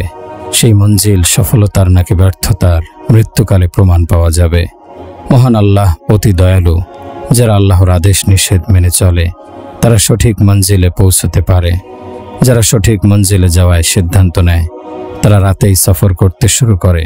দূরের যাত্রীরা রাতেই পথে বেরিয়ে পড়ে। আপনাদেরকে একটি হাদিস শোনাচ্ছি। হযরত ঈসা আলাইহিস সালাম তার সাথীদের সঙ্গে নিয়ে কোথাও যাচ্ছিলেন। পথে একজন লোক তাদের দেখতে পেল। হযরত ঈসা আলাইহিস সালামের সাথী লোকটির প্রতি ঘৃণা এবং অবজ্ঞার দৃষ্টিতে তাকালো। নিজেকে ওই লোকটির চেয়ে উত্তম মনে করল। মহান আল্লাহ জিবরাইল আলাইহিস সালামকে ঈসা আলাইহিস সালামের নিকট পাঠালেন। জিবরাইল আলাইহিস সালাম ঈসা আলাইহিস সালামকে বললেন, হে নবী, আপনার পেছনে দুজন লোক আছে, একজন আপনার সাথী, অন্যজন অপরাধী। আপনি সেই অপরাধীকে বলুন, আল্লাহ তোমাকে ক্ষমা করে দিয়েছেন, কারণ তুমি তওবা করেছ। এখন থেকে সৎ কাজে মনোনিবেশ করো। আর আপনার সাথে যে কিনা নবাগত লোকটিকে ঘৃণা করেছে, তার প্রতি অবজ্ঞার দৃষ্টিতে তাকিয়েছে, তাকে বলুন, আল্লাহ তার সকল পুণ্য নষ্ট করে দিয়েছেন। তাকে তওবা করে নতুনভাবে নেক কাজে মনোনিবেশ করতে বলে দেন। আমার বান্দার প্রতি ঘৃণা এবং অবজ্ঞার দৃষ্টিতে তাকানোর জন্য তাকে শাস্তি দেয়া হচ্ছে। পুণ্যবান লোকদের শয়তান বড় পাপের জন্য প্ররোচনা দেয় না। তাদেরকে ব্যভিচারের জন্য, মদ পানের জন্য উদ্বুদ্ধ করে না, বরং তাদের মনে অন্যদের প্রতি ঘৃণা এবং অবজ্ঞা তৈরি করে।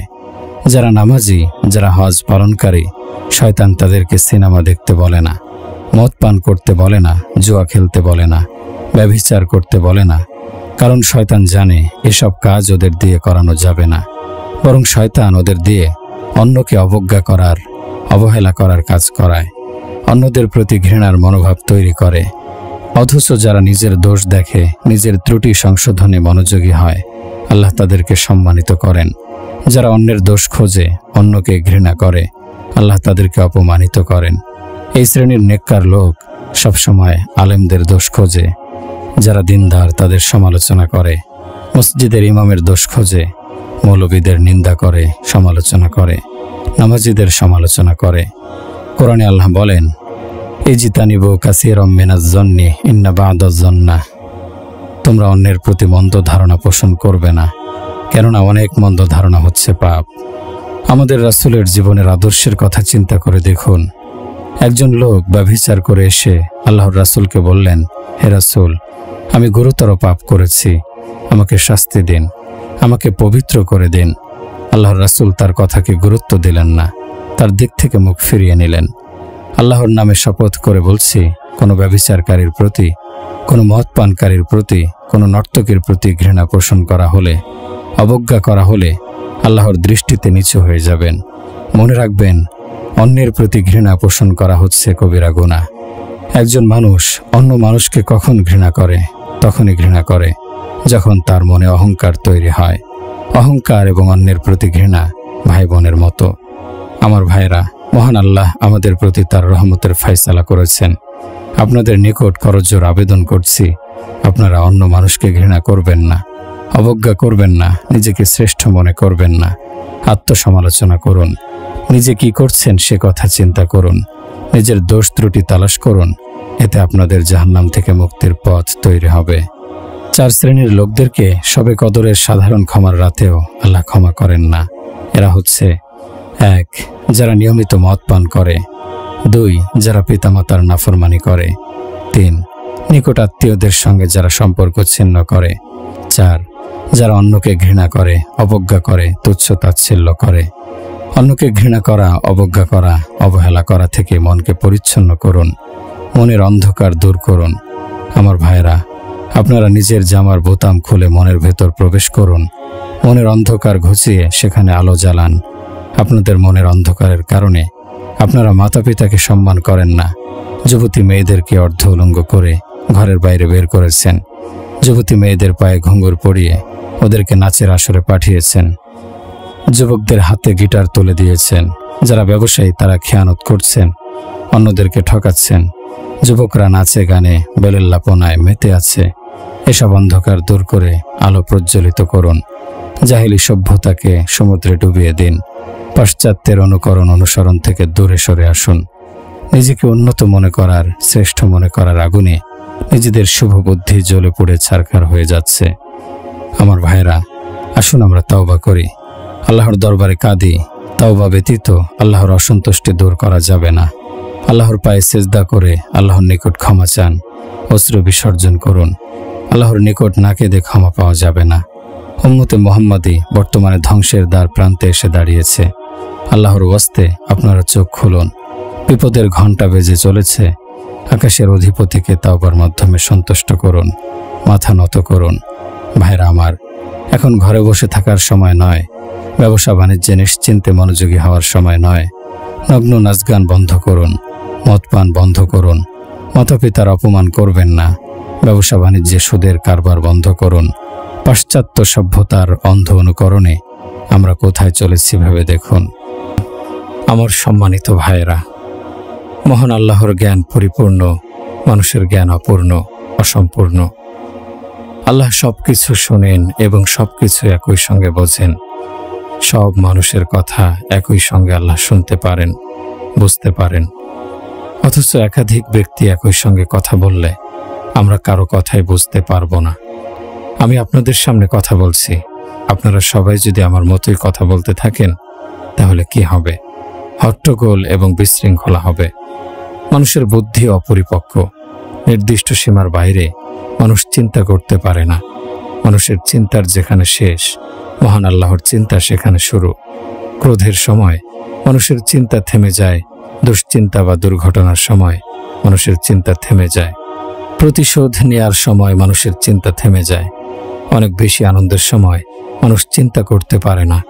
বার্ধক্যে উপনীত হওয়ার পর মানুষের চিন্তা থেমে যায়। নিজেকে পণ্ডিত এবং জ্ঞানী মনে করা মানুষও বার্ধক্যে উপনীত হলে অকর্মণ্য হয়ে যায়। সে সময় মানুষ শিশুর মতো হয়ে যায়। এসব কথায় প্রমাণিত হয় মানুষের বিবেক বুদ্ধি অপরিপক্ক এবং কাঁচা। কোরআনে আল্লাহ বলেন, আল্লাহু আখরাজাকুম মিন বুতুনি উম্মাহাতিকুম লা তা'লামুনা শাইআ ওয়া জা'আলা লাকুমুস সামআ ওয়াল আবসারা ওয়াল আফইদা লাআল্লাকুম তাশকুরুন। আল্লাহ তোমাদেরকে মায়ের পেট থেকে যখন বের করেছিলেন সে সময় তোমরা কিছুই জানতে না। তারপর আল্লাহ তোমাদেরকে শ্রবণ শক্তি, দৃষ্টি শক্তি দিয়েছেন এবং তোমাদেরকে চিন্তা করার শক্তি দিয়েছেন, তোমরা যেন কৃতজ্ঞতা প্রকাশ করতে পারো। চিন্তা করার শক্তি অর্থাৎ মন, মেজাজ, বিবেক, বুদ্ধি। অর্থাৎ আল্লাহ এটাই বলেছেন যে তোমরা মূর্খ ছিলে, আমি তোমাদেরকে বিবেক বুদ্ধি দিয়েছি, তোমাদেরকে চোখ দিয়েছি, কান দিয়েছি, যেন তোমরা শুকর করতে পারো, আমার কৃতজ্ঞতা প্রকাশ করতে পারো। মানুষের দেখার শক্তি, শোনার শক্তি, চিন্তা করার শক্তি অসম্পূর্ণ, অপরিপক্ক। কাজেই মানুষের জ্ঞানের উপর ভরসা করে আমরা কেউ সফল হতে পারবো না। অন্য মানুষ যদি আমাদের কাউকে পাপ করতে দেখে তখন আমরা থমকে যাই। আল্লাহ যে সর্বক্ষণ দেখতে পাচ্ছেন সে কথা আমরা চিন্তা করি না। মহান আল্লাহর জ্ঞান কেমন, তার দেখা কেমন, এ সম্পর্কে কোরআনে বলা হয়েছে, ইয়ালামু মা ইয়ালিজু ফিল আরদি ওয়া মা ইয়াখরুজু মিনহা ওয়া মা ইয়ানজিলু মিনাস সামাই ওয়া মা ইয়ারুজু ফিহা ওয়া হুয়ার রহিমুল গফুর। যিনি আকাশ থেকে নিচে অবতরণ করা জিনিস দেখেন এবং যিনি মাটি থেকে বের হওয়া জিনিস দেখেন, মাটিতে যা কিছু বিলীন হয়ে যায় সেসব দেখেন, আকাশে উড্ডীন জিনিস দেখেন, যিনি পতঙ্গ দেখেন, যিনি বৃক্ষ দেখেন, যিনি জঙ্গল দেখেন, যিনি বালুকণা দেখেন, সমুদ্র এবং পানির নিচের সবকিছু দেখেন, যিনি মাছ দেখেন, বাঘ দেখেন, ভাল্লুক দেখেন, যিনি জিবরাইল আলাইহিস সালামকে দেখেন, যিনি মানুষকে দেখেন, যিনি উপরে যখন দেখেন একই সময় নিচেও দেখেন। ফাইনামা তুয়াল্লু ফাসাম্মা ওয়াজহুল্লাহ, যেদিকে তাকাবে সেদিকেই আল্লাহর চেহারা প্রকাশ দেখা যাবে। পূর্ব এবং পশ্চিম তার, কেউ আস্তে কথা বলুক অথবা জোরে কথা বলুক, কেউ গোপনে রাতে যাওয়া আসা করুক বা দিনে যাওয়া আসা করুক, আল্লাহ বলেন আমি দেখতে পাই, আমি তোমাদের সঙ্গে রয়েছি, আমার নিকট থেকে কোথায় লুকাবে? তোমরা যখন কোথাও 5 জন বসে কথা বলো তখন আমি 6ষ্ঠ জন হিসেবে তোমাদের মধ্যে থাকি। তোমাদের সংখ্যা কম হোক বা বেশি হোক, আমি তোমাদের সঙ্গে থাকি। তোমরা আমাকে ছেড়ে কোথায় পালাবে? আমরা তো যতক্ষণ জেগে থাকি ততক্ষণ দেখতে পাই, কিন্তু আমরা যখন ঘুমিয়ে থাকি তখনও আল্লাহ দেখেন, কেননা তার তন্দ্রাও নেই, নিদ্রাও নেই। তিনি কোনো বিষয়ে অমনোযোগী নন, উদাসীন নন। সরিষার কণার একাংশও তিনি দেখতে পান। যার প্রতি আল্লাহ সন্তুষ্ট বুঝতে হবে তার ঈমান পরিপূর্ণ। আমার ভাই ও বন্ধুগণ, বর্তমানে ঈমান শিক্ষা করাকে মুসলমানরা কোনো কাজই মনে করে না। আলিফে আনার, বাতে বকরি, সিতে ক্যাট আর এ র্যাট শেখানো হয়। এরকম শিক্ষার পরিণামে রুটি রুজির ব্যবস্থা করা হয়। শিশুদের কোরআনের শব্দ লেখানো হয়, শব্দের পেছনে পরিশ্রম করা হয়। অথচ ঈমানের একটি হাকিকত আছে, তাকওয়ার একটি হাকিকত আছে। দোকানের কাছে ভস্মামির কারখানা, মালিকের কাছে কিছুই নেই শব্দগুলো ব্যতীত। অথচ শব্দ দিয়ে কোনো দুর্গ জয় করা যায় না, শব্দ দিয়ে যুদ্ধ জয় করা যায় না। হাকিকত হচ্ছে আসল জিনিস। যে ঈমান আমাদেরকে মহান আল্লাহর প্রিয় করবে, জান্নাতের উত্তরাধিকারী করবে, আল্লাহর দ্বীনের স্বেচ্ছাসেবক করবে, সেই ঈমান আমাদের কাছে নেই। অন্তরে ঈমান প্রবেশ করানো হচ্ছে আমাদের কাজ। আগে ছিল এটা নবীদের কাজ। উম্মতে মুহাম্মাদীকে এ কাজের জন্য নিয়োগ করা হয়েছে। চাকুরি, ব্যবসা হচ্ছে দ্বিতীয় স্থানে। প্রথম কাজ হচ্ছে অন্তরে আল্লাহর ভালোবাসা স্থাপন করা, আল্লাহর জাতি সিফাতের প্রতি বিশ্বাস অন্তরে স্থাপন করা। রাসূলুল্লাহ সাল্লাল্লাহু আলাইহি ওয়াসাল্লাম বলেছেন, অন্তর যখন ঈমানের নূর প্রবেশ করে তখন বক্ষ প্রসারিত হবে।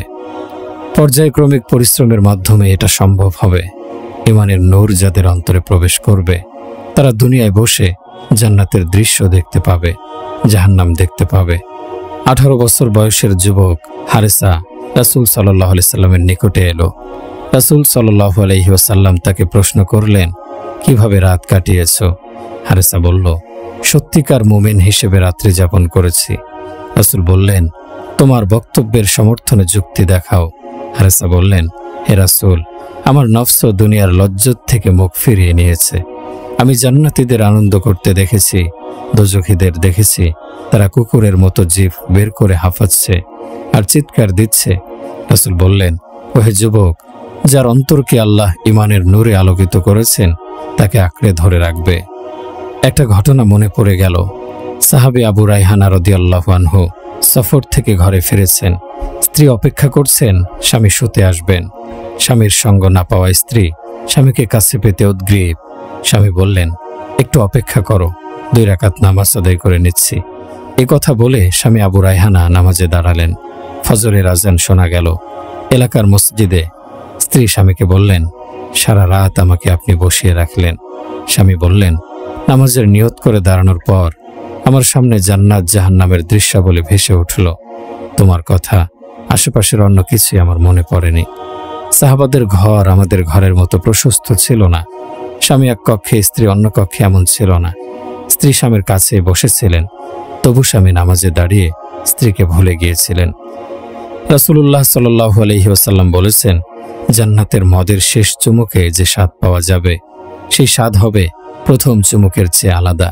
প্রত্যেক চুমুকে স্বাদ বৃদ্ধি পাবে। দুনিয়ায় কোনো জিনিস চাওয়ার পর সেই জিনিস পাওয়ার পরে আর আগ্রহ থাকে না, কিন্তু জান্নাতে এমন হবে না, বরং একই জিনিসের স্বাদ বৃদ্ধি পেতে থাকবে। ভাইরা আমার, জান্নাত পাওয়ার জন্য আমাদেরকে পরিশ্রম করতে হবে। অন্তরকে পরিবর্তন করার মতো পরিশ্রম করতে হবে। চিন্তাধারা বদলাতে হবে। নবী মুহাম্মদ মুস্তাফা সাল্লাল্লাহু আলাইহি ওয়াসাল্লাম বিশ্বের সকল মানুষের হেদায়েতের জন্য এসেছিলেন। সফলতার বার্তা নিয়ে এসেছিলেন, শান্তির বার্তা নিয়ে এসেছিলেন, ভালোবাসার বার্তা নিয়ে এসেছিলেন, জান্নাতের পথ দেখাতে এসেছিলেন, দোজখ থেকে মানুষকে রক্ষা করতে এসেছিলেন। আল্লাহর নবী ওফাতের পরে সেই কাজের দায়িত্ব উম্মতের উপর অর্পিত। এই কাজ করা হলে আল্লাহর সন্তুষ্টি পাওয়া যাবে, সফলতার দরজা খুলে যাবে, মৃত্যুর পরে জান্নাতের দরজা খুলে যাবে। ভাইরা আমার, আমাদের কাজে, আমাদের চিন্তায় পরিবর্তন আনতে হবে। চাকুরি, ব্যবসা, রাজ্য শাসন, কৃষিকাজ করার আগে আমাদেরকে আল্লাহ এবং তার রাসূলের আনুগত্য করতে হবে। আনুগত্যের হক আদায় করতে হবে। কালেমা পাঠ করার পর কালেমা বাস্তবায়নের পরিশ্রম করতে হবে। কোরআনে আল্লাহ বলেছেন, হে বস্ত্রাচ্ছাদিত, ওঠো আর সতর্ক করো এবং তোমার প্রতিপালকের শ্রেষ্ঠত্ব ঘোষণা করো। তোমার পরিচ্ছদ পবিত্র রাখো, পৌত্তলিকতা পরিহার করে চলো, অধিক পাওয়ার আশায় দান করবে না এবং তোমার প্রতিপালকের উদ্দেশ্যে ধৈর্য ধারণ করো। এসব ছিল আল্লাহর রাসূলের প্রতিদিনের কাজ। তিনি হাল চাষ করতেন না, দোকান চালাতেন না, সারাদিন দিনের দাওয়াত দিতেন, আল্লাহর শ্রেষ্ঠত্ব বর্ণনা করতেন। অবসর সময়ে দাওয়াতের কাজ করব এরকম বলা জায়েজ নয়।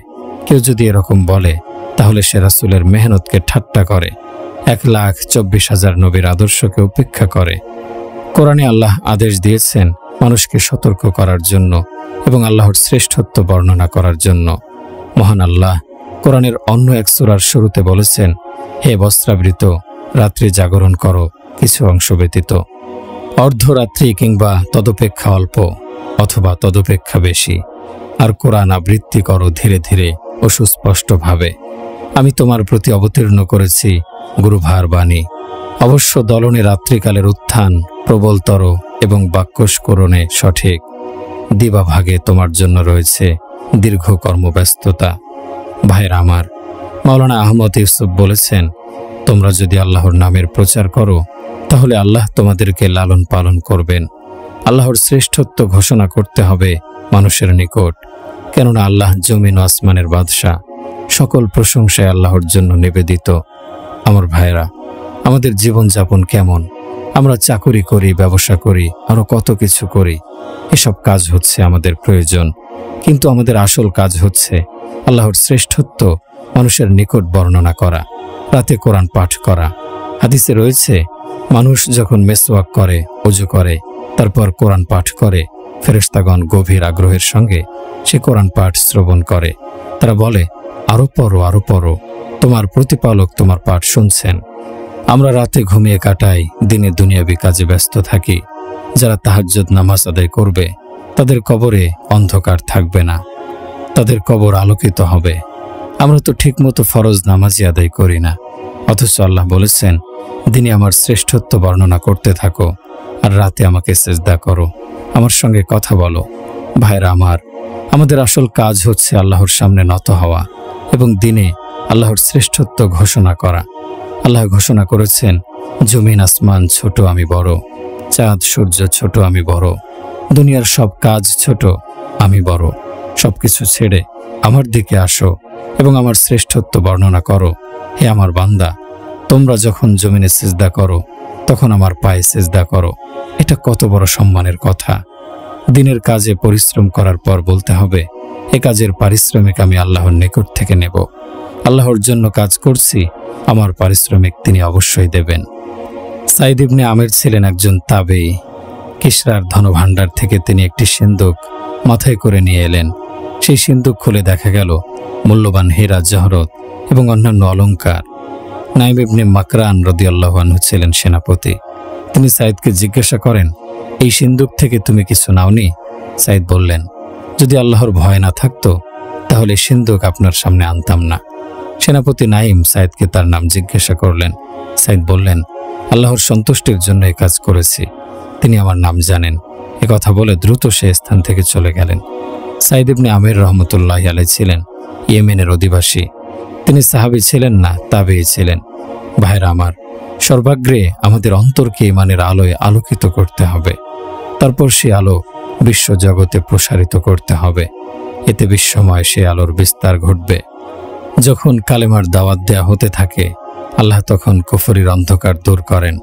আল্লাহর দ্বীনের যখন প্রচার হবে, আল্লাহর অবাধ্যতা বন্ধ হবে, তখন শাসন ক্ষমতা আল্লাহ ঈমানদারদের হাতে ন্যস্ত করবেন। কোরআনে বলা হয়েছে, আল্লাহ দিবসসমূহকে মানুষের মধ্যে পরিবর্তন করেন। হযরত আলী রাদিয়াল্লাহু আনহু একবার স্বপ্নে দেখে রাসূল সাল্লাল্লাহু আলাইহি সাল্লামকে বললেন, হে আল্লাহর রাসূল, ইরাকিরা আমাকে ভীষণ কষ্ট দিচ্ছে, তারা আমার সঙ্গে বিশ্বাসঘাতকতা করছে। রাসূলুল্লাহ সাল্লাল্লাহু আলাইহি সাল্লাম জামাত আলীকে বললেন, ওদের জন্য বদদুয়া করো। হযরত আলী রাদিয়াল্লাহু আনহু বললেন, হে আল্লাহ, ইরাকিদের ওপর একজন অত্যাচারী শাসক চাপিয়ে দিন আর আমাকে আপনার নিকট ডেকে নিন। তারপর ইরাকের শাসন ক্ষমতায় অধিষ্ঠিত হল হাজ্জাজ ইবনে ইউসুফ। বসরা কুফায় এই অত্যাচারী শাসকের শাসন ক্ষমতা চলতে থাকল। একবার হাজ্জাজ সকালে ঘুম থেকে উঠে একটি কাগজ পেল। সেখানে লেখা ছিল, তুমি অত্যাচারী, তুমি হত্যাকারী, তুমি নিষ্ঠুর, নৃশংস। সেই কাগজ উল্টে অপর পিঠে দেখা গেল লেখা রয়েছে, তোমাদের আমল যেমন হবে তোমাদের শাসকও তেমন হবে। আব্বাসীয় খলিফা মামুনুর রশিদকে একজন লোক বলেছিল, আপনি কেমন খলিফা হয়েছেন? জাকজমক, বিলাসিতা, আড়ম্বরের মধ্যে জীবনযাপন করছেন, অথচ হযরত ওমর রাদিয়াল্লাহু আনহু কত চমৎকার খলিফা ছিলেন। মামুনুর রশিদ লোকটিকে বললেন, ওমরের সময়ে তার প্রজাদের মধ্যে ছিলেন আবু হুরায়রার মতো লোক। তুমি আগে আবু হুরায়রার মতো হও, তারপর আমি ওমরের মতো হব। আমি যদি ওমরের মতো হয়ে যাই আর তোমাদের জুলুম অত্যাচার বর্তমানের মতো চলতে থাকে, তাহলে তোমরাই খেলাফত পরিচালনা করতে দেবে না, আমাকে পাগল আখ্যা দিয়ে বের করে দেবে। আগে তোমরা পরিবর্তন হও, তারপর আমার মধ্যে পরিবর্তন দেখতে পাবে। আমাদের নিজেদের অস্তিত্ব দিয়ে প্রথমে পরিশ্রম করতে হবে। লোকেরা সমালোচনা করে যে সরকার সঠিক নয়, আমরা ভালো হব কি করে? ভাইরা, ঈমানের কথা প্রচার করুন, ফয়সালার ভার আল্লাহর ওপর ন্যস্ত করুন। অবশ্যই আল্লাহ মিথ্যা এবং বাতিলকে ধ্বংস করে দেবেন, তবে মিথ্যা এবং বাতিলের মূলোৎপাটনের জন্য আত্মত্যাগের প্রয়োজন রয়েছে। মাওলানা মোহাম্মদ ইলিয়াস রহমতুল্লাহি আলাইহি বলেন, হাসরের দিন আল্লাহর রাসূল হাউজে কাউসারের নিয়ন্ত্রক থাকবেন। তিনি বলবেন, আমার উম্মতের মধ্যে তারা কোথায় যারা কঠিন সময়ে দিনের মেহনত করেছিল? আজ আমি তাদেরকে খুঁজে খুঁজে নিজের হাতে পানি পান করাবো। তাদেরকে মতির মেম্বরে বসানো হবে, তাদের কোনো হিসাব নেওয়া হবে না। হযরত জাকারিয়া আলাইহিস সালাম এবং হযরত ইয়াহইয়া আলাইহিস সালাম ছিলেন পিতা পুত্র। দুজনই আল্লাহর নবী ছিলেন। কোরআনে আল্লাহ ইয়া জাকারিয়া ইয়া ইয়াহইয়া নামে তাদের সম্বোধন করেছেন। হযরত জাকারিয়া আলাইহিস সালামকে ইহুদিরা করাত দিয়ে চিরে হত্যা করেছিল। হযরত ইয়াহইয়াকে ঝুলিয়ে রেখে বকরির মতো জবাই করা হয়েছিল। আল্লাহ এই দৃশ্য দেখেছেন। আকাশের ফেরেশতারা হাহাকার করেছিল। নবী মুস্তাফা সাল্লাল্লাহু আলাইহি সাল্লামকে কাফেররা তায়েফে পাথর নিক্ষেপ করে রক্তাক্ত করেছিল। তায়েফের পাহাড় তায়েফের মাটি সেদিন কেঁদেছিল, আকাশের ফেরেশতারা কেঁদেছিল। হজরত ইব্রাহিম আলাইহিস সালাম পুত্র ইসমাইলকে যখন কোরবানি করার কথা, তখন হজরত ইসমাইল আলাইহিস সালামকে বলেছিলেন, আব্বা আমার হাত পা বেঁধে দিন, কারণ আমি হাত পা ছুড়লে আপনার গায়ে লাগতে পারে। তারপর আমাকে উল্টো করে শুয়ে দিন, এতে আমার চেহারার প্রতি আপনার দৃষ্টি পড়ে মমতার উদ্রেক হবে না। আপনার চোখ বেঁধে নিন। হজরত ইব্রাহিম আলাইহিস সালাম পুত্রের কথা শুনে তার হাত পা বাঁধলেন। তারপর কোরবানির জন্য ছুরি উত্তোলন করে বললেন, হে আল্লাহ, আপনি যদি নাখোশ হয়ে থাকেন, আপনার পরিবর্তে যদি আমার মনে ইসমাইলের প্রতি ভালোবাসা বেশি থাকে, তবে আমি সে ভালোবাসাকে কোরবানি করছি। হজরত ইব্রাহিমের এই দোয়া শুনে 7 আসমান 7 জমিন কেঁদেছিল। হজরত ইব্রাহিম আলাইহিস সালাম পুত্রের গলায় ছুরি চালালেন। তারপর দেখা গেল ইসমাইল অক্ষত অবস্থায় পাশে দাঁড়িয়ে আছেন। একটি জান্নাতি দুম্বা ইসমাইলের পরিবর্তে জবাই হয়েছে। বর্তমান বস্তুবাদের যুগে ইমানের জন্য পরিশ্রম করা ফরজ। ছোট শিশুর হাতে টাকা দিয়ে পরে ফেরত নেয়ার চেষ্টা করুন, সেই দেবে না। এটা পরিবেশের ফল, পরিবেশের প্রভাব। আবহাওয়া ঠান্ডা বা গরম হলে বড় ছোট নারী পুরুষ সবাই অনুভব করতে পারে। হজরত ঈসা আলাইহিস সালাম বলেছেন, কোনো মানুষের মনে যদি জবের দানার সমপরিমাণ ঈমান থাকে, তবে সে পানির উপর দিয়ে হেঁটে যেতে পারবে, পানি তাকে ডুবাবে না। হজরত মুসা আলাইহিস সালামের জন্ম ঠেকাতে ফেরাউনের পুরো প্রশাসন সক্রিয় ছিল। 1 বছর সকল ছেলে শিশুদের হত্যা করা হচ্ছিল, 1 বছর বাদ দেওয়া হচ্ছিল। যে বছর ছেলে শিশুদের হত্যার ঘটনা ঘটেনি, সে বছর হজরত মুসার ভাই হারুন আলাইহিস সালাম জন্মগ্রহণ করেন। যে বছর ছেলে শিশুদের হত্যা করা হচ্ছিল, আল্লাহর ইচ্ছায় সে বছর হজরত মুসা আলাইহিস সালাম জন্মগ্রহণ করেন। ফেরাউনের ষড়যন্ত্রের মোকাবেলায় আল্লাহর ইচ্ছা এবং কৌশল সফল হয়েছিল। আল্লাহ ফেরাউনের চোখের সামনেই হজরত মুসা আলাইহিস সালামকে লালন পালন করিয়ে তার কুদরতের শ্রেষ্ঠ প্রকাশ ঘটিয়েছেন। কোরআনে এ সম্পর্কে বিস্তারিত বিবরণ দেয়া হয়েছে।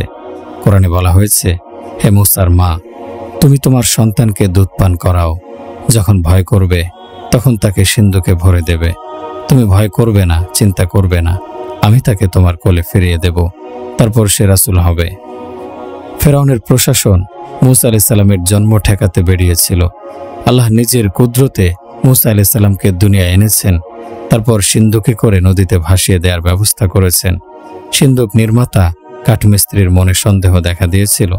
সে ফেরাউনের নিকট গিয়ে তার সন্দেহের কথা জানানোর সিদ্ধান্ত নেয়, কিন্তু ফেরাউনের সামনে যাওয়ার পর সে বোবা হয়ে যায়। ইশারা করতে থাকে, ফেরাউন তাকে পাগল আখ্যা দিয়ে বের করে দেয়। পরে আরো 2 বার সে ফেরাউনের নিকট সিন্ধুক তৈরি এবং সন্দেহের কথা জানানোর চেষ্টা করে, কিন্তু সেই 2 বারও সে বোবা হয়ে যায়। 3য়বারও পাগল আখ্যা দিয়ে বের করে দেওয়ার পর ফেরাউন জানিয়ে দেয়, যদি 4র্থবার সে আমার সামনে আসার জন্য চেষ্টা করে, তাহলে তার শিরোচ্ছেদ করবে। ফেরাউনের সামনে গিয়ে বোবা হয়ে যেত যে কাঠমিস্ত্রি, সে বাইরে বের হয়ে স্বাভাবিকভাবে কথা বলতে পারত।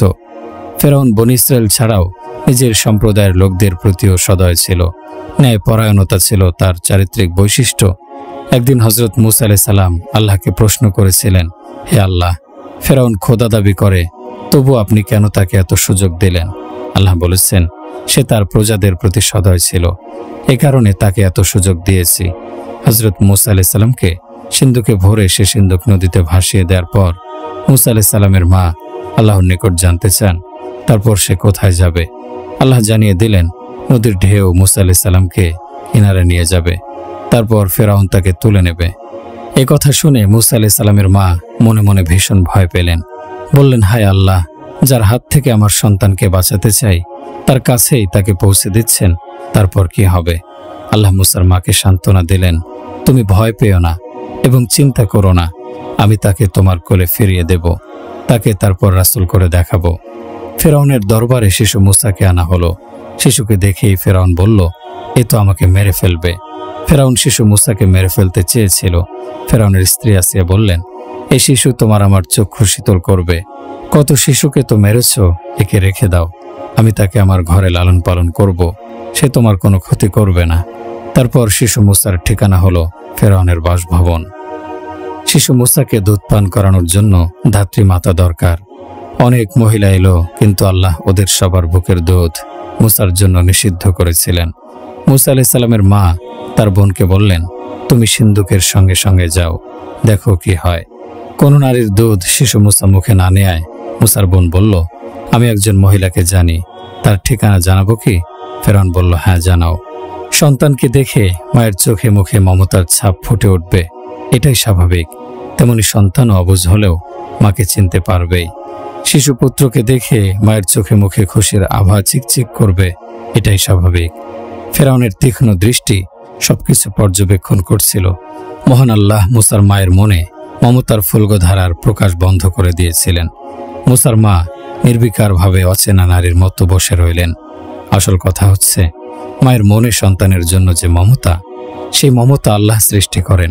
শিশু মুসা মায়ের কোলে গিয়ে মায়ের দুধ পান করতে লাগলো। ফেরাউন মুসার মাকে নিজের প্রাসাদে রেখে দিতে চাইল। মুসার মা বললেন, আমি একজন গরিব মহিলা, আমার আরও সন্তান আছে, নিজের ঘরে নিয়ে আমি এই শিশুকে দুধ পান করাবো। ফেরাউন রাজি হলো। তারপর মুসার মা শিশু মুসাকে নিয়ে নিজের ঘরে ফিরে এলেন। ফেরাউন বলল, নির্দিষ্ট মেয়াদে দুধ পান করানোর পর তাকে আমাদের নিকট ফিরিয়ে দিয়ে যাবে। যে কোষাগারের অর্থ মুসাকে হত্যা করার জন্য ব্যয় করা হচ্ছিল, সেই কোষাগারের টাকা দিয়েই মুসার লালন পালনের প্রাথমিক ব্যবস্থা সম্পূর্ণ হল। দামেস্কের যুদ্ধে পরাজিত রোমানদের সঙ্গে বন্দী হয়ে মুসলমানদের নিকটে এসেছিল রোম সম্রাট কাইজারের কন্যা। সে যুদ্ধের সেনাপতি ছিলেন মহাবীর খালিদ ইবনে ওয়ালিদ রাদিয়াল্লাহু আনহু। তিনি রোম সম্রাটের কন্যার পরিচয় পেয়ে তার সঙ্গে থাকা জিনিসপত্র 400 সৈন্যের পাহারায় মেয়েটিকে পিতার নিকট পাঠিয়ে দেন। রোম সম্রাটের নিকট পৌঁছার পর তার কন্যা মুসলমানদের উদারতার কথা পিতা কাইজারকে জানালো। কাইজার কেঁদে ফেললেন, বললেন, এরকম উন্নত যাদের চরিত্র, তাদেরকে বিশ্বের কোনো শক্তি পরাজিত করতে পারবে না। শীঘ্রই তারা আমার এই সিংহাসনেরও মালিক হয়ে যাবে। মানুষের চারিত্রিক শক্তি অনবিক শক্তির চেয়ে শক্তিমান। পাশবিক শক্তি চারিত্রিক শক্তিকে পরাজিত করতে পারে না, কিন্তু চারিত্রিক শক্তি আণবিক শক্তিকে পরাজিত করতে পারে। মুসলমান কারো প্রতি জুলুম করে না, করতে পারে না। এ ঘটনায় সেটাই প্রমাণিত হয়েছে। বনু উমাইয়াদের পতনের পর বনু আব্বাসিয়া শাসন ক্ষমতায় অধিষ্ঠিত হয়েছিল। সেই সময় প্রাক্তন উমাইয়া শাসক সুলাইমান ইবনে আব্দুল মালিকের পুত্র ইব্রাহিম বাগদাদ থেকে পালিয়ে কুফায় যান। কুফায় ইব্রাহিম দেখতে পান ডানে বামে 25 জন সশস্ত্র প্রহরী একজন যুবককে ঘিরে আছে। ইব্রাহিম সেই যুবককে বললেন, বেটা, আমি ভয় পাচ্ছি, কিছু লোক আমাকে মেরে ফেলতে চায়, আমি কি একটু আশ্রয় পেতে পারি? যুবক বলল, হ্যাঁ চাচা, চলুন। প্রাসাদে নেয়ার পর যুবক ভূর্তদের বলল, এই লোকের প্রতি লক্ষ্য রাখবে। 1 সপ্তাহ কেটে গেল। যুবক সশস্ত্র প্রহরীদের সঙ্গে নিয়ে প্রতিদিন সকালে বাইরে বেরিয়ে যায়, বিকেলে ফিরে আসে। একদিন আশ্রয় গ্রহণকারী ইব্রাহিম তার আশ্রয়দাতা যুবককে বলল, বেটা, তুমি প্রতিদিন সকালে যাও, বিকেলে ফিরে আসো। 1 সপ্তাহ যাবত এ দৃশ্য দেখতে পাচ্ছি, তুমি কোথায় যাও?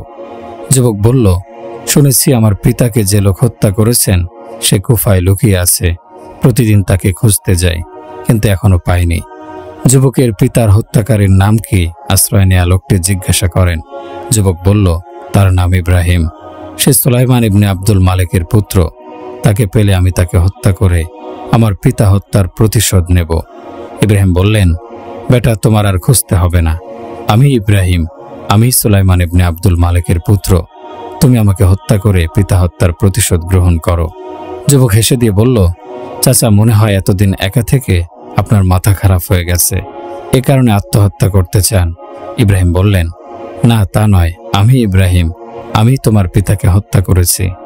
যুবক সব কথা জেনে রাগে অস্থির হয়ে গেল এবং তলোয়ারের বাটে হাত রাখল। একদিকে ঈমান, অন্যদিকে প্রতিশোধ। কিছুক্ষণ চিন্তা করার পর যুবকের ঈমান বিজয়ী হলো।